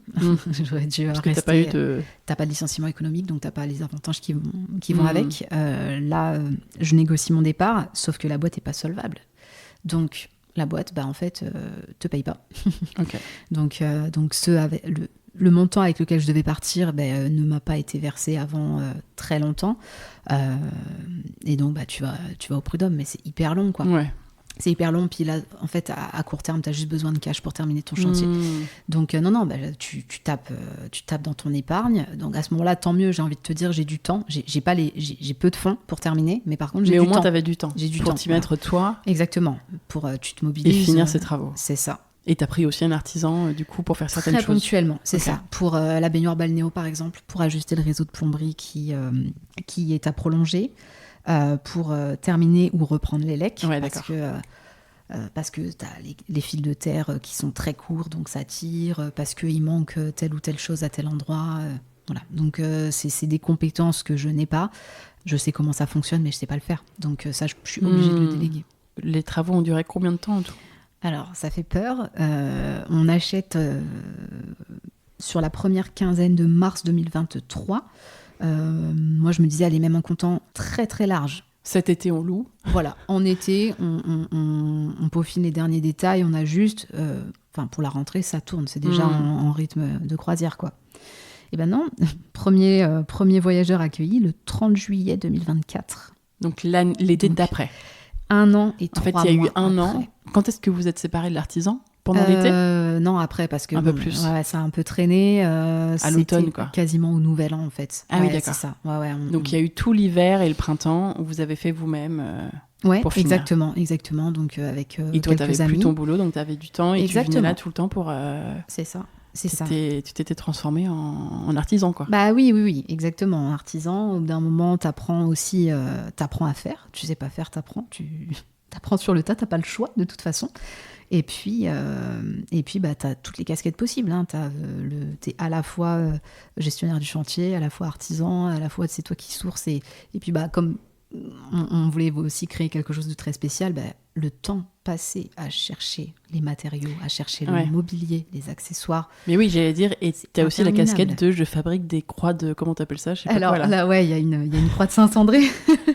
Voilà. Croix de Saint-André. Donc celle-là, casquette. Je l'ai pas fabriquée. Je suis allée la chercher, je l'ai trouvée en seconde main. Donc assez drôle d'ailleurs. Je suis allée la chercher à Porte de la Chapelle, donc c'est pas le meilleur coin de Paris. Et je l'ai eu à 50 €, là où si je l'avais achetée neuve. Sur ce type de produit, on est autour des 800 €, capitonné en cuir. Attends, parce que donc ça coûte très cher le mobilier. J'avoue, je ne connaissais pas. Ouais. C'est une énorme croix où en gros tu peux t'attacher. Oui, c'est ça, exactement. Tu attaches avec des donc notes de ça suspension. coûte très cher. Ça coûte très cher parce que c'est du mobilier très spécifique. Et puis la communauté BDSM a pas mal de budget en fait. C'est-à-dire c'est que d'après ce que j'ai pu constater, observer, c'est une communauté qui c'est des gens qui ont plutôt de l'argent ? Alors plutôt, d'après ce que j'ai pu en voir, et surtout qui consacrent un important budget en fait, à ce mode de vie, à leur pratique, et qui n'hésitent pas à mettre le prix en fait, dans du très bon équipement. Et c'est un peu aussi ce que j'ai voulu reproduire ici. La croix, elle est en cuir. On a beaucoup d'éléments comme ça qui sont très qualitatifs. On ne le voit pas forcément avec un œil novice, mais c'est très quali. Donc, en tout cas, 1 an et 3 mois de travaux pour un petit appart, en fait. Oui, c'est ça. Où il n'y avait rien à faire, où il n'y avait que du revêtement. Exactement, de base. Il n'y a rien qui ne justifie une telle durée de chantier. Et c'est épuisant, quoi. C'est épuisant mentalement. Pas prendre la bonne personne pour faire les travaux, abandon de chantier. Tu payes tellement plus cher. Ouais, c'est ça. Et puis, je sais qu'il y a beaucoup d'investisseurs qui... à ce moment-là, se disent, mais en fait, je revends quoi. Ouais, je revends tout de suite. Je revends. Je ne m'embête pas. Est-ce que ça t'a traversé l'esprit ? Non, parce qu'on a déjà vécu un chantier.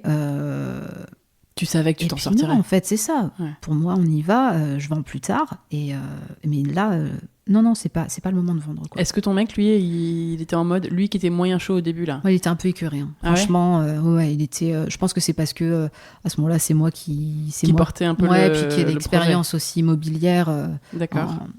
Mais sinon, non, si tu t'écoutes, t'as une petite voix qui te dit, mais casse-toi, en fait. Ça tout de suite, quoi. Mais toi, tu gardais on y va. On a pas fait c'était ça. ton projet auquel tu croyais depuis tellement d'années. Oui, puis surtout, alors après, on y voit du biais d'engagement si on veut, mais pas que tu sais qu'il y a un vrai business derrière.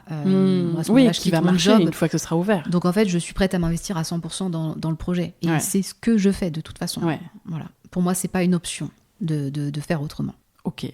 Donc, tu as réussi à terminer ces travaux. Enfin, ouais. Vous êtes venus soir et week-end et toi la journée pour finir. On dormait sur place et tout pour terminer. Ouais, c'est ça. Parce que tu vas me dire, mais vous avez aussi été long en fait à terminer. Mais oui, mais sauf que là, tu arrives à l'étape des finitions. Mais attends, tu le sais que c'est la plus longue. Mais bien sûr.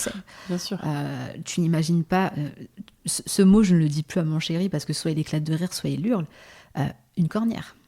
Une cornière. Une cornière, voilà. Les champlas, les cornières, tout ça là, tu vois, toutes les finitions. Les encadrements de porte là. Exactement, voilà. Ça, il les vomit en fait, parce qu'on en a mis partout pour cacher aussi certaines conneries de l'artisan. D'accord.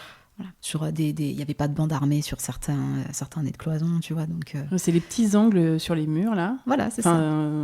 Oui, pour l'encadrement d'une porte. Ouais, c'est ça. Okay. Mais c'est le mot allergique. Non, mais il y a énormément de petits détails en effet, parce que c'est un lieu particulier, quoi. C'est ça. Et puis, en fait, tu ne peux pas laisser. Truc mal fait, la finition approximative. Exactement, l'approximation n'a pas sa place. Donc, tu dois soigner le moindre détail et chaque choix est important. Tant sur les matériaux que sur la qualité de ce que tu vas de ce que tu sources, quoi.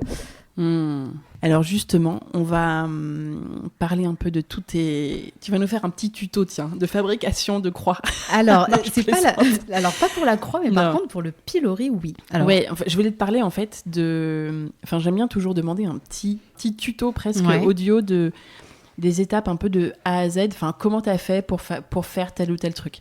Et je trouve ça rigolo quand même que tu sois allé fabriquer toi-même les accessoires pour la petite secret room qu'on peut voir sur les photos. Donc, qui est la partie dans la chambre où il y a des petites surprises. Voilà, on peut dire ça comme ça. Qu'on peut utiliser ou pas. Exactement. Et j'imagine que tous les couples ne passent pas leur vie dans cet espace-là, mais voilà, c'est là, si jamais. T'as dit un truc très important, c'est... En fait, ce qui a été important pour nous aussi, c'est de pouvoir accueillir des couples qui n'ont pas forcément une grande expérience dans ce domaine BDSM, appelons ça comme on veut, dans ce monde. Voire zéro expérience. Voire zéro, c'est ça. Et qui veulent découvrir ça sans toute la pression que tu peux avoir dans un club où l'exposition, la vie, c'est horrible. Tu vois. Ouais. Donc là, en toute intimité, et ils sont même pas obligés en fait d'accéder à cette partie-là. Mais t'as ça, si jamais. Voilà. C'est en là, gros, on pose ça là. Et exactement. Si ça vous intéresse, amusez-vous, vous découvrez. Et puis, à votre rythme, il y a tout ce qu'il faut, quoi. Il y a tout ce qu'il faut pour tout niveau. Très simple ou très complexe. Oui, parce que là, il y a toute la panoplie. Enfin, exactement. J'ai l'impression qu'il y a pas mal de trucs. Il y a tout. Il y a globalement t'as toute la panoplie. Mais tu peux prendre une menotte, quoi. Tu vois, si ça t'amuse. Ou une cravache. Une cravache avec une petite queue de diable. Bon, c'est aussi pour le clin d'œil, pour dire vous prenez pas trop au sérieux. Tu dois avoir des couples qui font ça. Ah voilà, c'est rigolo, c'est chouette. Ouais, c'est ça. Ça pimente un peu, mais sans forcément passer 3 heures dans la cage. Sans se prendre au sérieux. Il y a une cage, exactement. Il y a une cage qu'on voit à peine en rentrant, apparemment. Mais il y a bien. J'avais pas vu, j'avoue. Non, c'est très complet. C'est très complet. Et c'est un petit peu le constat que j'avais fait sur mes recherches. Alors, je me suis forcée à très peu regarder les love rooms concurrentes, entre guillemets. J'allais te demander si tu avais regardé ce qui se faisait chez les autres. Très, très peu. Je me suis forcée à ne pas le faire parce que j'ai voulu vraiment... avoir ton truc à toi. Ouais, c'est ça, ne pas être influencée et vraiment créer ce que je voulais, moi, y trouver. Et donc, j'ai essayé de rester assez imperméable aux autres inspirations. Je suis assez partisane de ce genre de... Tu fais ça, toi aussi ? Bah ouais, j'aime pas trop regarder. En fait, forcément, tu as envie de pas te copier, mais tu vois, du coup, je pense que tu as forcément une tendance à faire un peu pareil. Exactement. Ouais, c'est ça. Inconsciemment, tu vois, si tu regardes ce que font les autres. Sans grande conviction parfois, et c'est dommage. Et donc là, c'est vraiment, ça sort de notre cerveau, quoi. Et puis, ce que je pouvais reprocher quand même au constat global que j'avais fait, c'est que dans une love room, tu vas avoir, souvent il y a quand même la balnéo, en tout cas c'est un incontournable, tu vas avoir parfois le sofa tantra, tu vas avoir parfois la croix, mais tu as rarement tout. Et surtout, tu vas avoir de l'équipement, même si c'est impressionnant, ça reste basique, entre guillemets, dans le domaine BDSM, d'avoir une croix, une paire de menottes. C'est la base. C'est la base. C'est la base, exactement.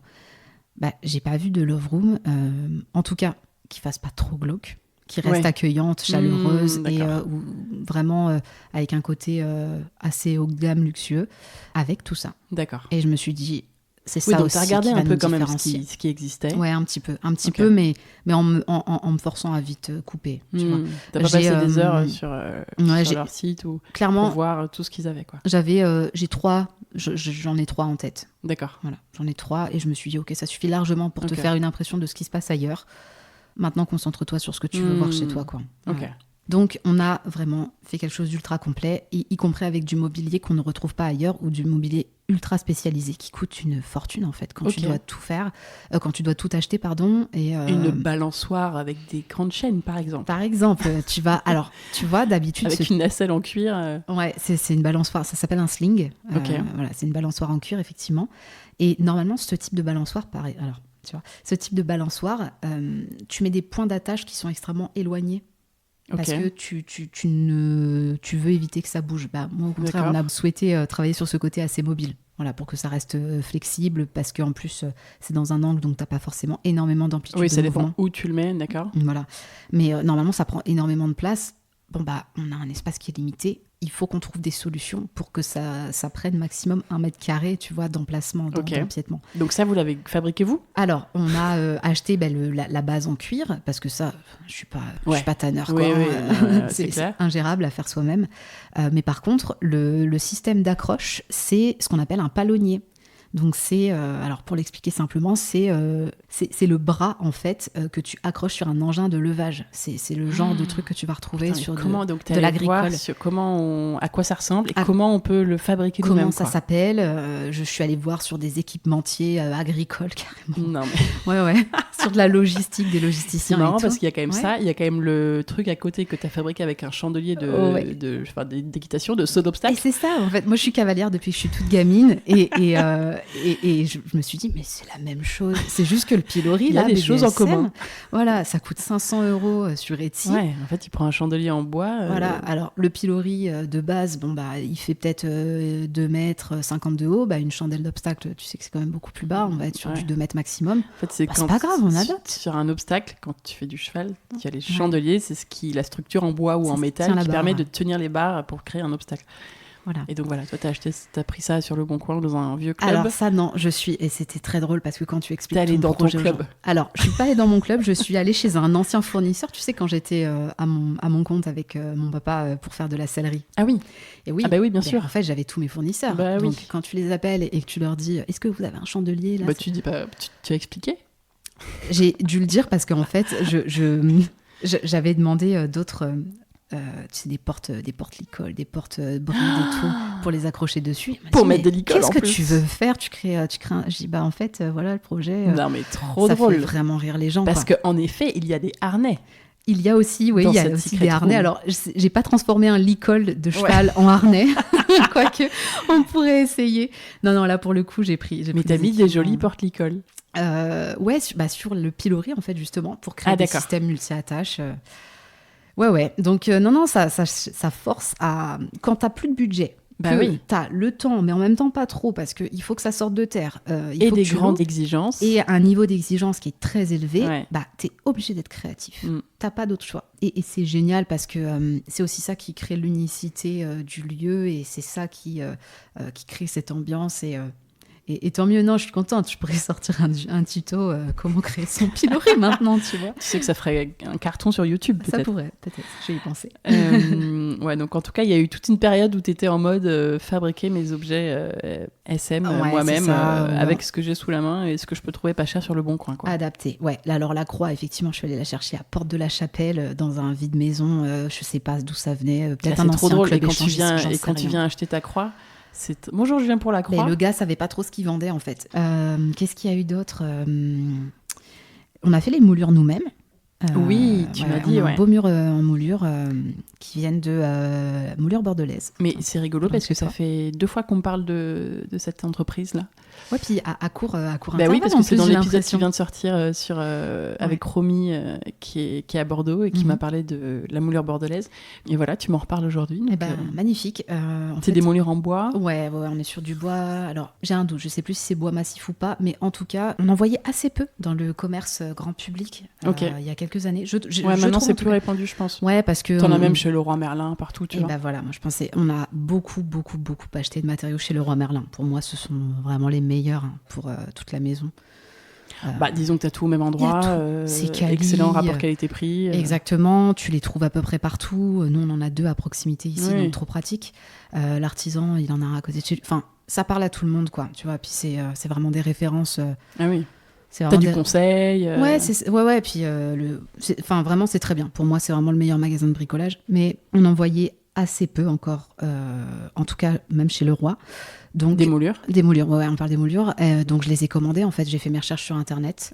Comme tout ici, en fait. Là où, sur de l'investissement locatif longue durée, pour des appartements classiques, je vais tout prendre au même endroit. Là, en fait, tu es obligé de chercher pièce par pièce, par déco, etc. Enfin, vraiment, c'est très long. Oui, alors ça vient c'est pareil. En fait, tout bête. J'ai juste tapé sur Google. Papier peint croco, aussi bête que ça.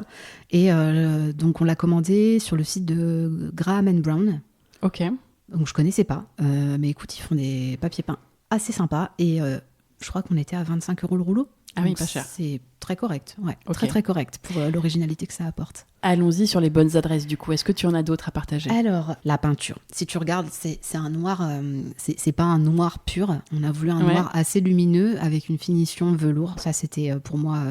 indispensable et il est intense mais sans être absolu. Il est entre l'anthracite et le noir et je trouve que ça donne beaucoup de relief au plafond, aux moulures et ça évite ce côté vraiment cage, tu vois, très claustro. Alors c'est quoi la ref ? C'est Seigneurie.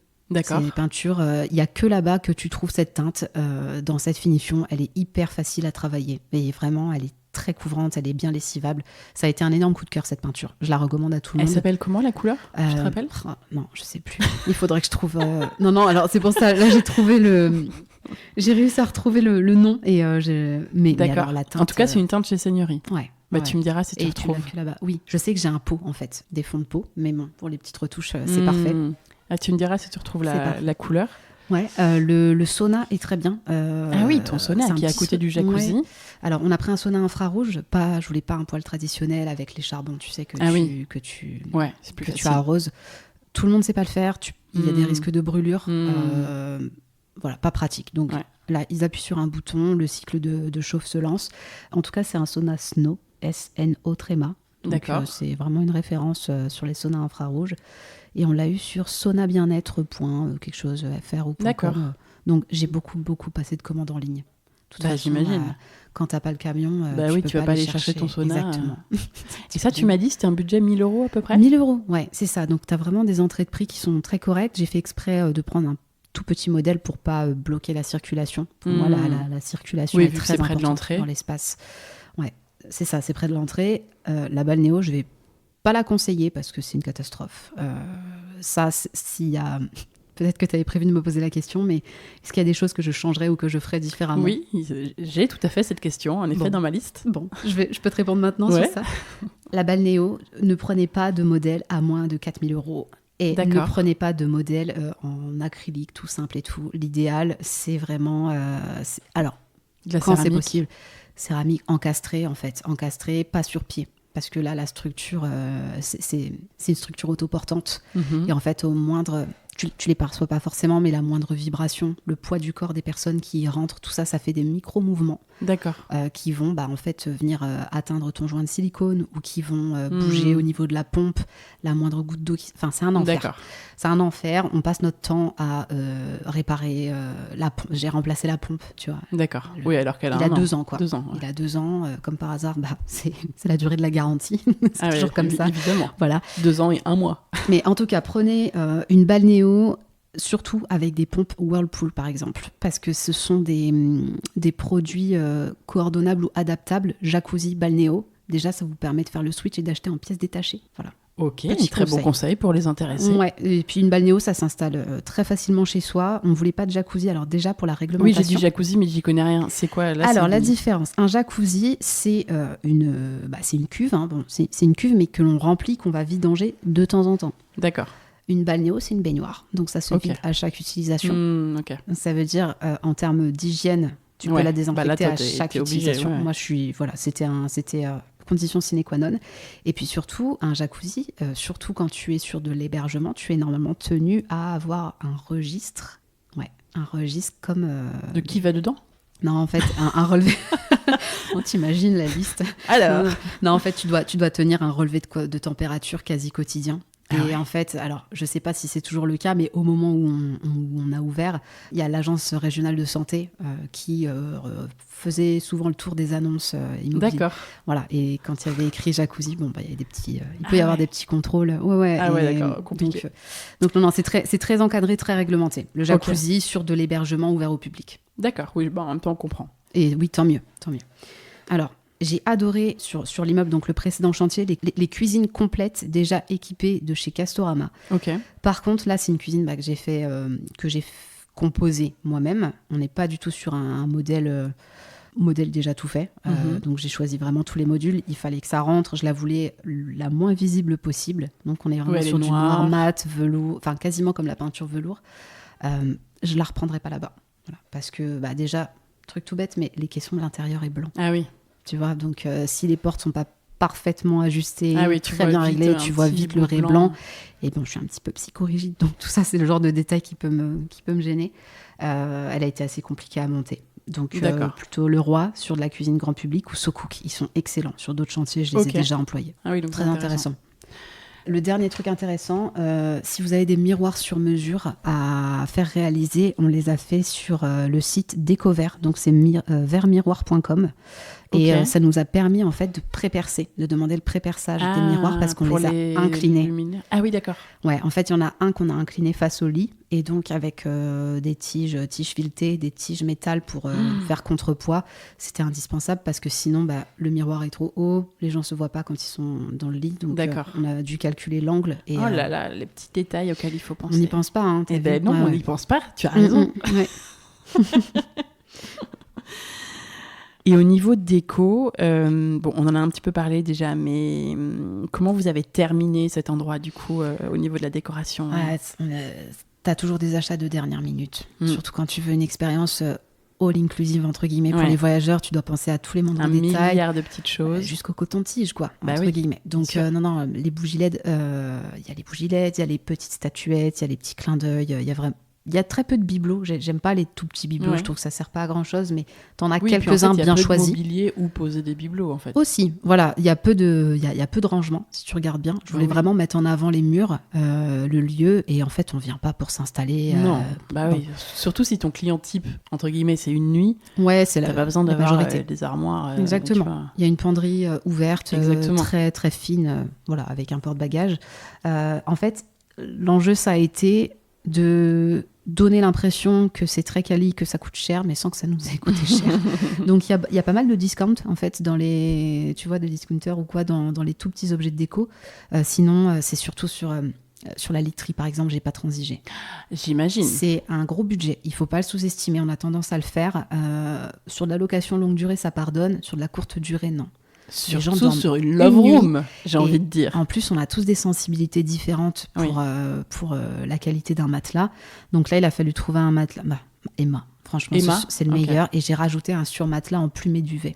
D'accord. Pour créer un effet nuage. Et mission accomplie, puisque j'ai un voyageur par mois qui me demande les références en fait. Ah oui, d'accord. Tellement. Ah oui. Ouais. Ça, c'est le signe que vraiment ils ont trouvé le lit super. Il y en a qui me disent j'ai passé la meilleure nuit de ma vie. Ah oui, d'accord. Vraiment. Et Emma plus le surmatelas plume. Voilà, plume et duvet. Aussi de chez Emma. Alors c'est pas de chez Emma, non, parce que Emma ne fait pas de plume et duvet sur les surmatelas, c'est que de la fibre synthétique. Là, je l'ai acheté sur, alors très bonne adresse, la Compagnie du Blanc. Ok. Voilà, ils sont incroyables. J'ai pris 2 oreillers aussi chez eux et tu sais, t'as cet effet.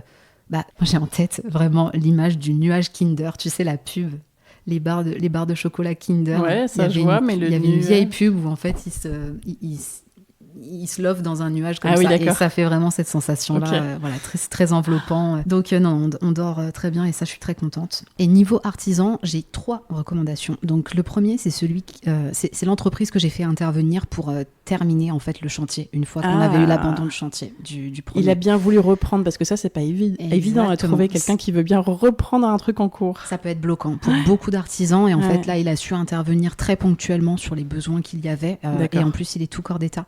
Donc c'est Eco Green Flexi, c'est une entreprise qui est à Paris, donc très pratique pour tout corps d'État vraiment sur l'Île-de-France. Génial. Voilà, je sais que c'est assez rare de trouver de bonnes entreprises. Un bon ici. Artisan à Paris, ça, exactement. C'est précieux. Voilà, donc si il faut... Donc il fait de tout, il fait un peu tout. Tout corps d'État, et surtout, en fait, ça... À Paris, ça fonctionne beaucoup au bouche à oreille. Donc, il n'y a pas de site, il n'y a pas de compte Insta. Ok. Voilà, il faut passer par moi s'il faut. Son nom, on cherche son nom sur Google. Ouais, voilà, c'est ça. Et puis sinon, je pourrais donner les coordonnées.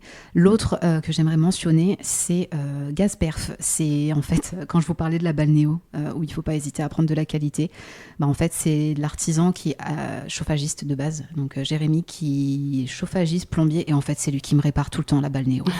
Voilà, donc il est hyper réactif. Il est incroyable et il a plusieurs cordes à son arc.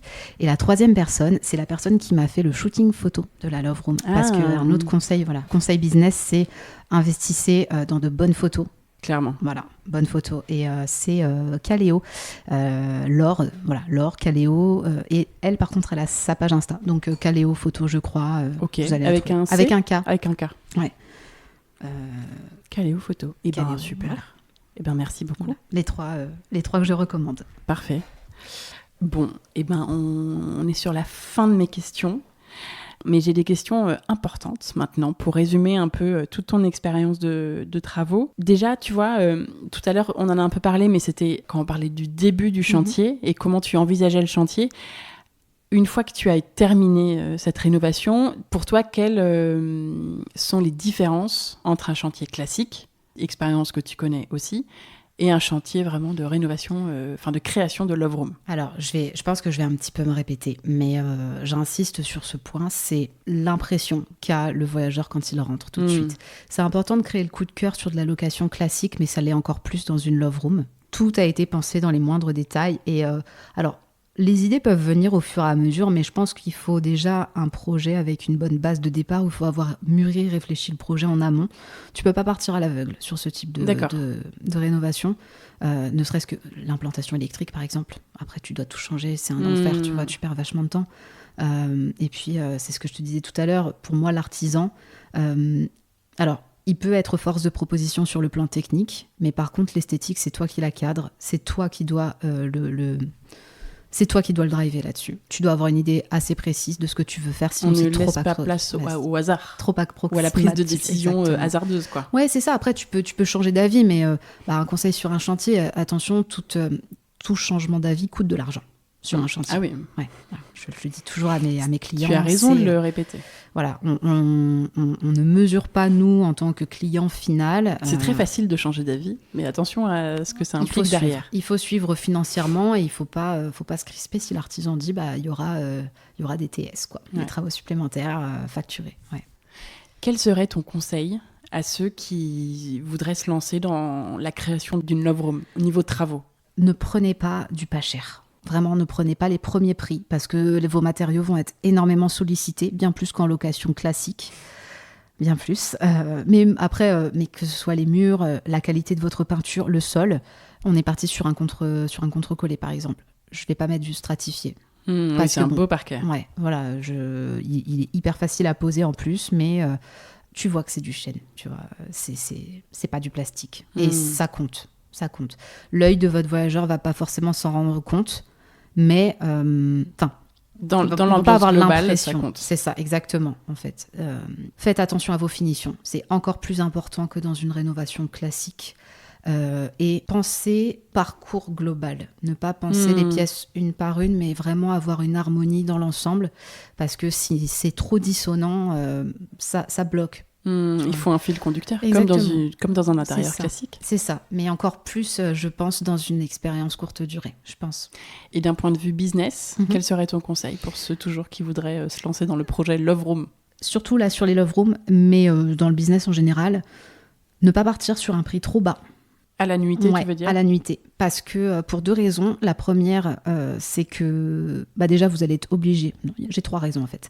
Première raison, si vous souhaitez faire du pas cher et du grand public, vous allez prendre des matériaux pas chers. Parce que vous vous direz, je ne vais pas gagner assez pour me permettre de mettre un budget important dans ma réno. Et je pense que c'est une erreur. Parce que vous le payez en fait deux fois. Clairement, quand vous prenez du pas cher, vous êtes obligé de remplacer plus régulièrement. Et donc, forcément, sur le long terme, ça vous coûte plus cher. Le deuxième conseil, c'est que des prix bas attireront une clientèle que vous n'avez pas forcément envie d'avoir chez vous ou qui va être moins respectueuse des lieux. C'est pas très politiquement correct de le dire, mais au bout d'un moment, c'est vrai. En fait, il faut l'admettre. Ça trie un peu par le prix. Voilà, le positionnement. Toi, tu vois que typiquement, tes clients, on n'en a pas trop parlé, ça va être des couples de Paris et alentour. Il y a des étrangers, tu disais.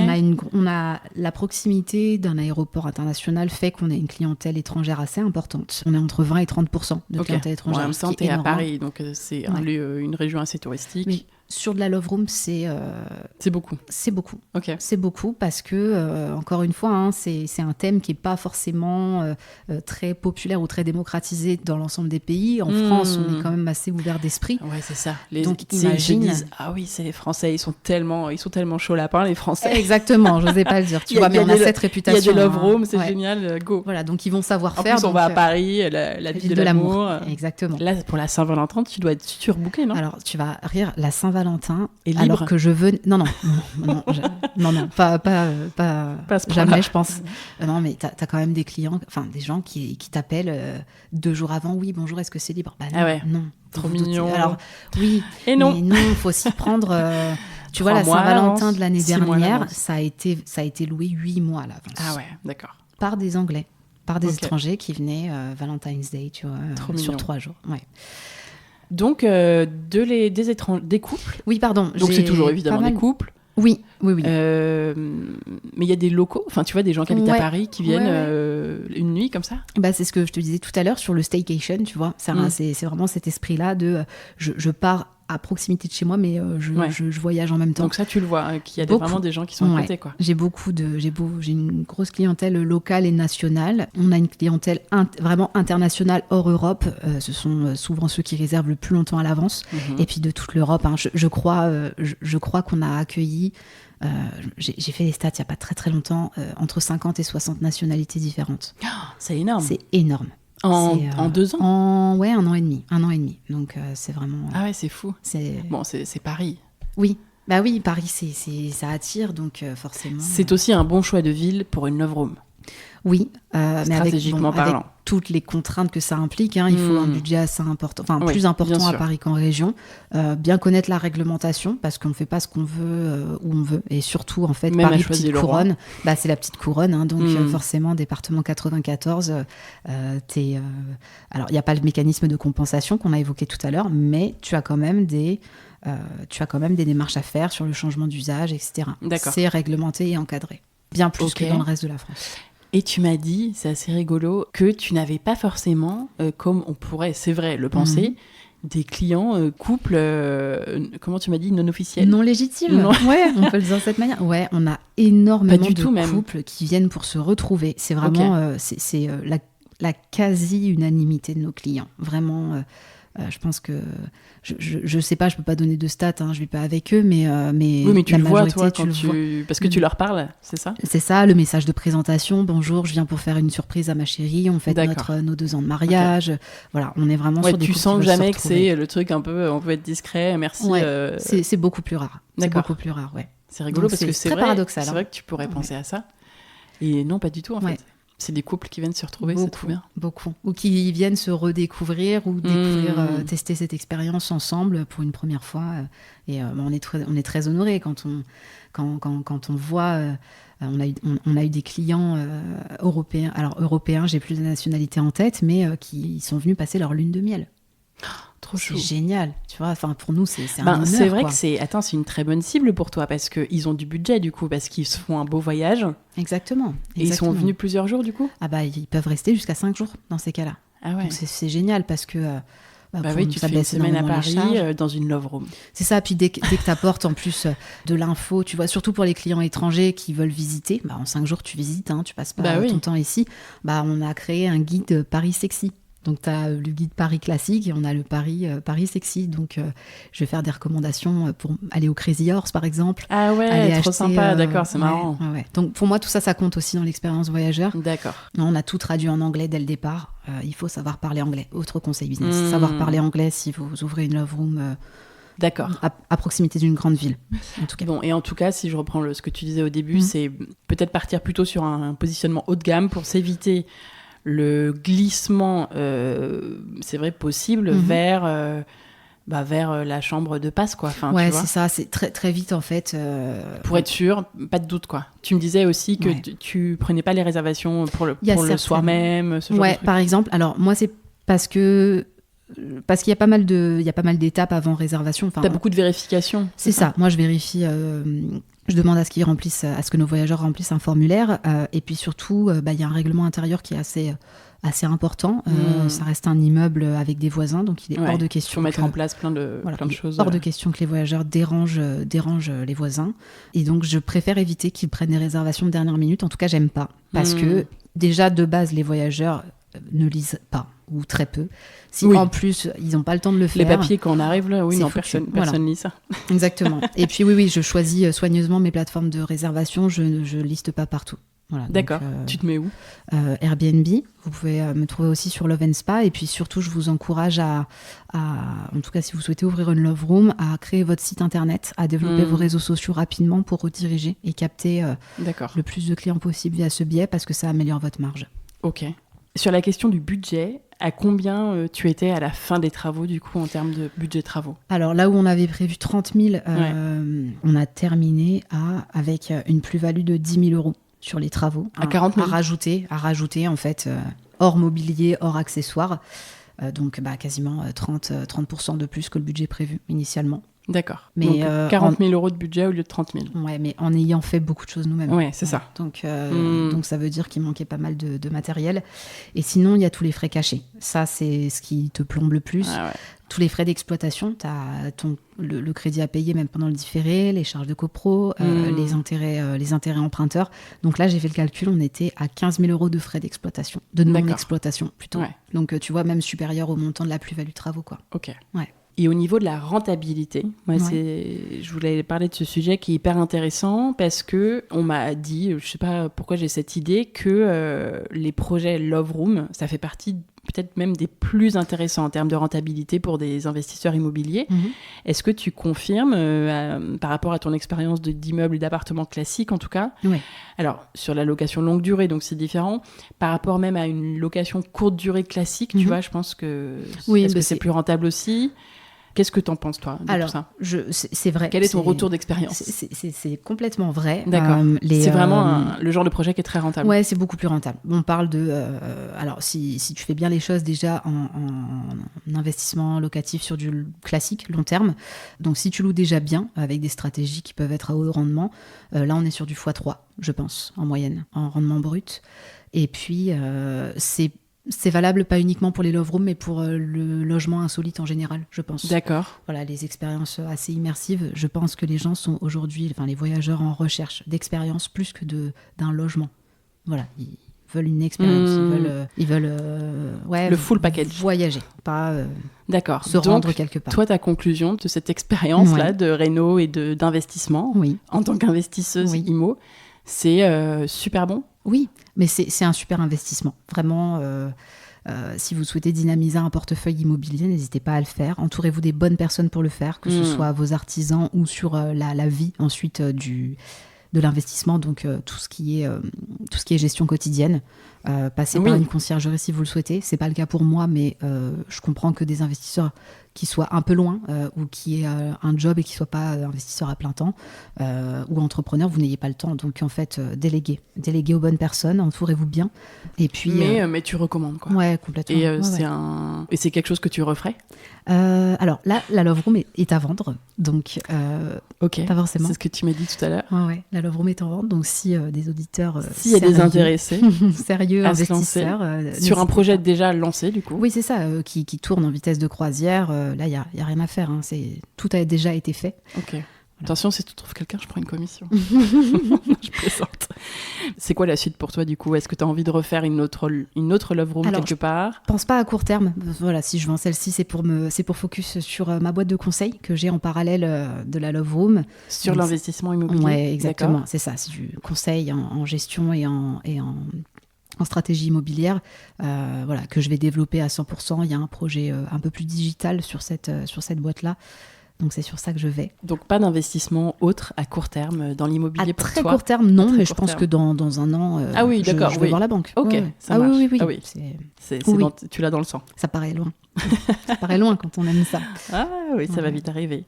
Ah mais génial. Et tu crois que ce sera quelque chose de très différent? Tu penses à quoi? Non, je pense à un autre immeuble. D'accord. Ça me manque en fait. Ça me manque. Moi, c'est vraiment un segment sur lequel je suis très à l'aise. On sait faire maintenant.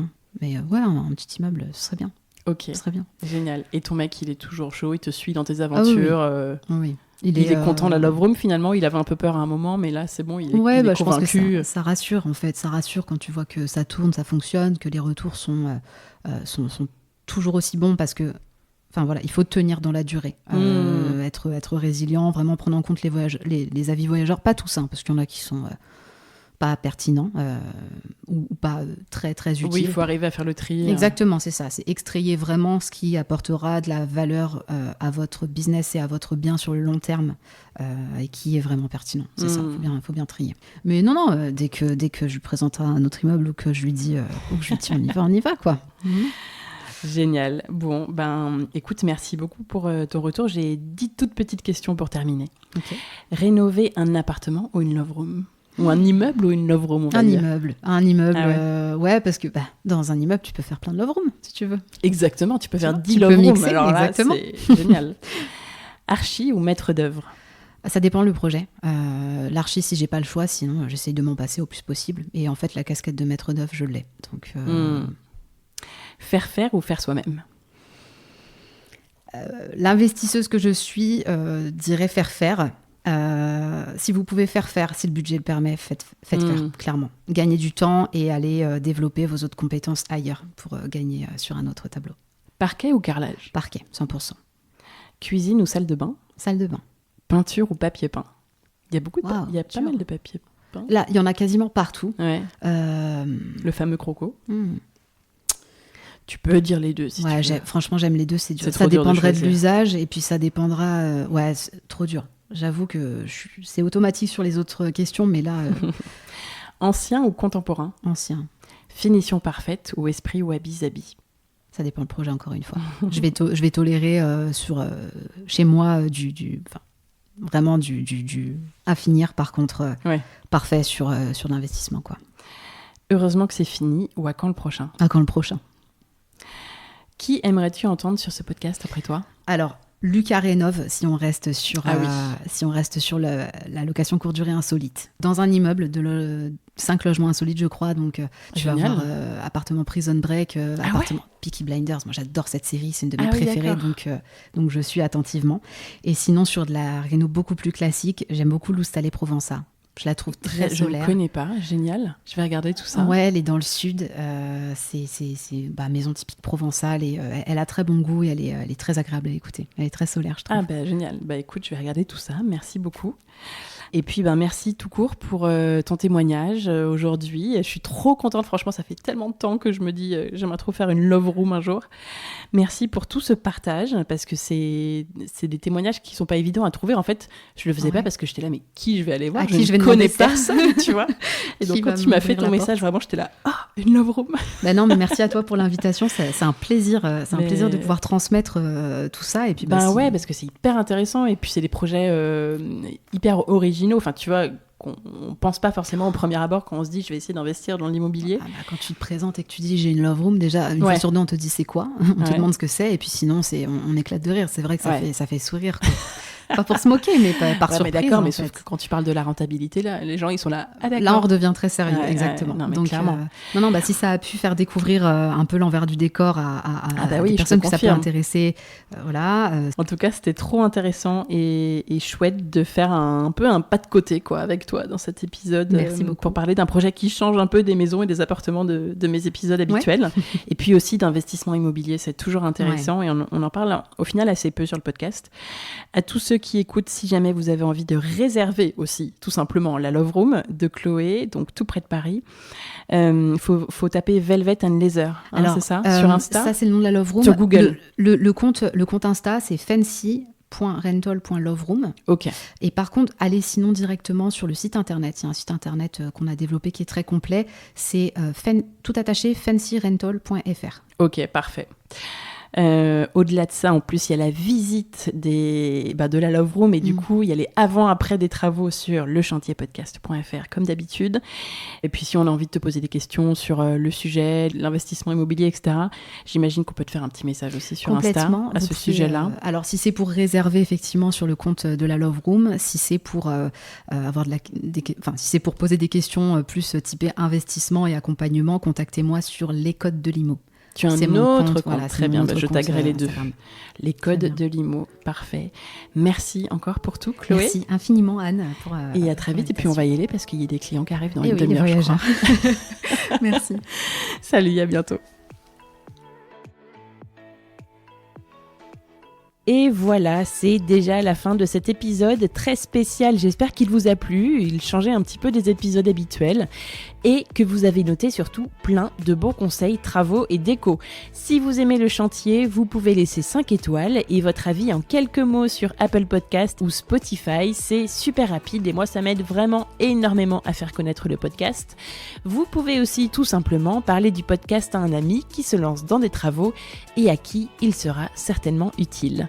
Pour finir, vous pouvez vous abonner au Chantier sur votre application d'écoute en cliquant sur suivre pour recevoir les notifications lors de la sortie des prochains épisodes.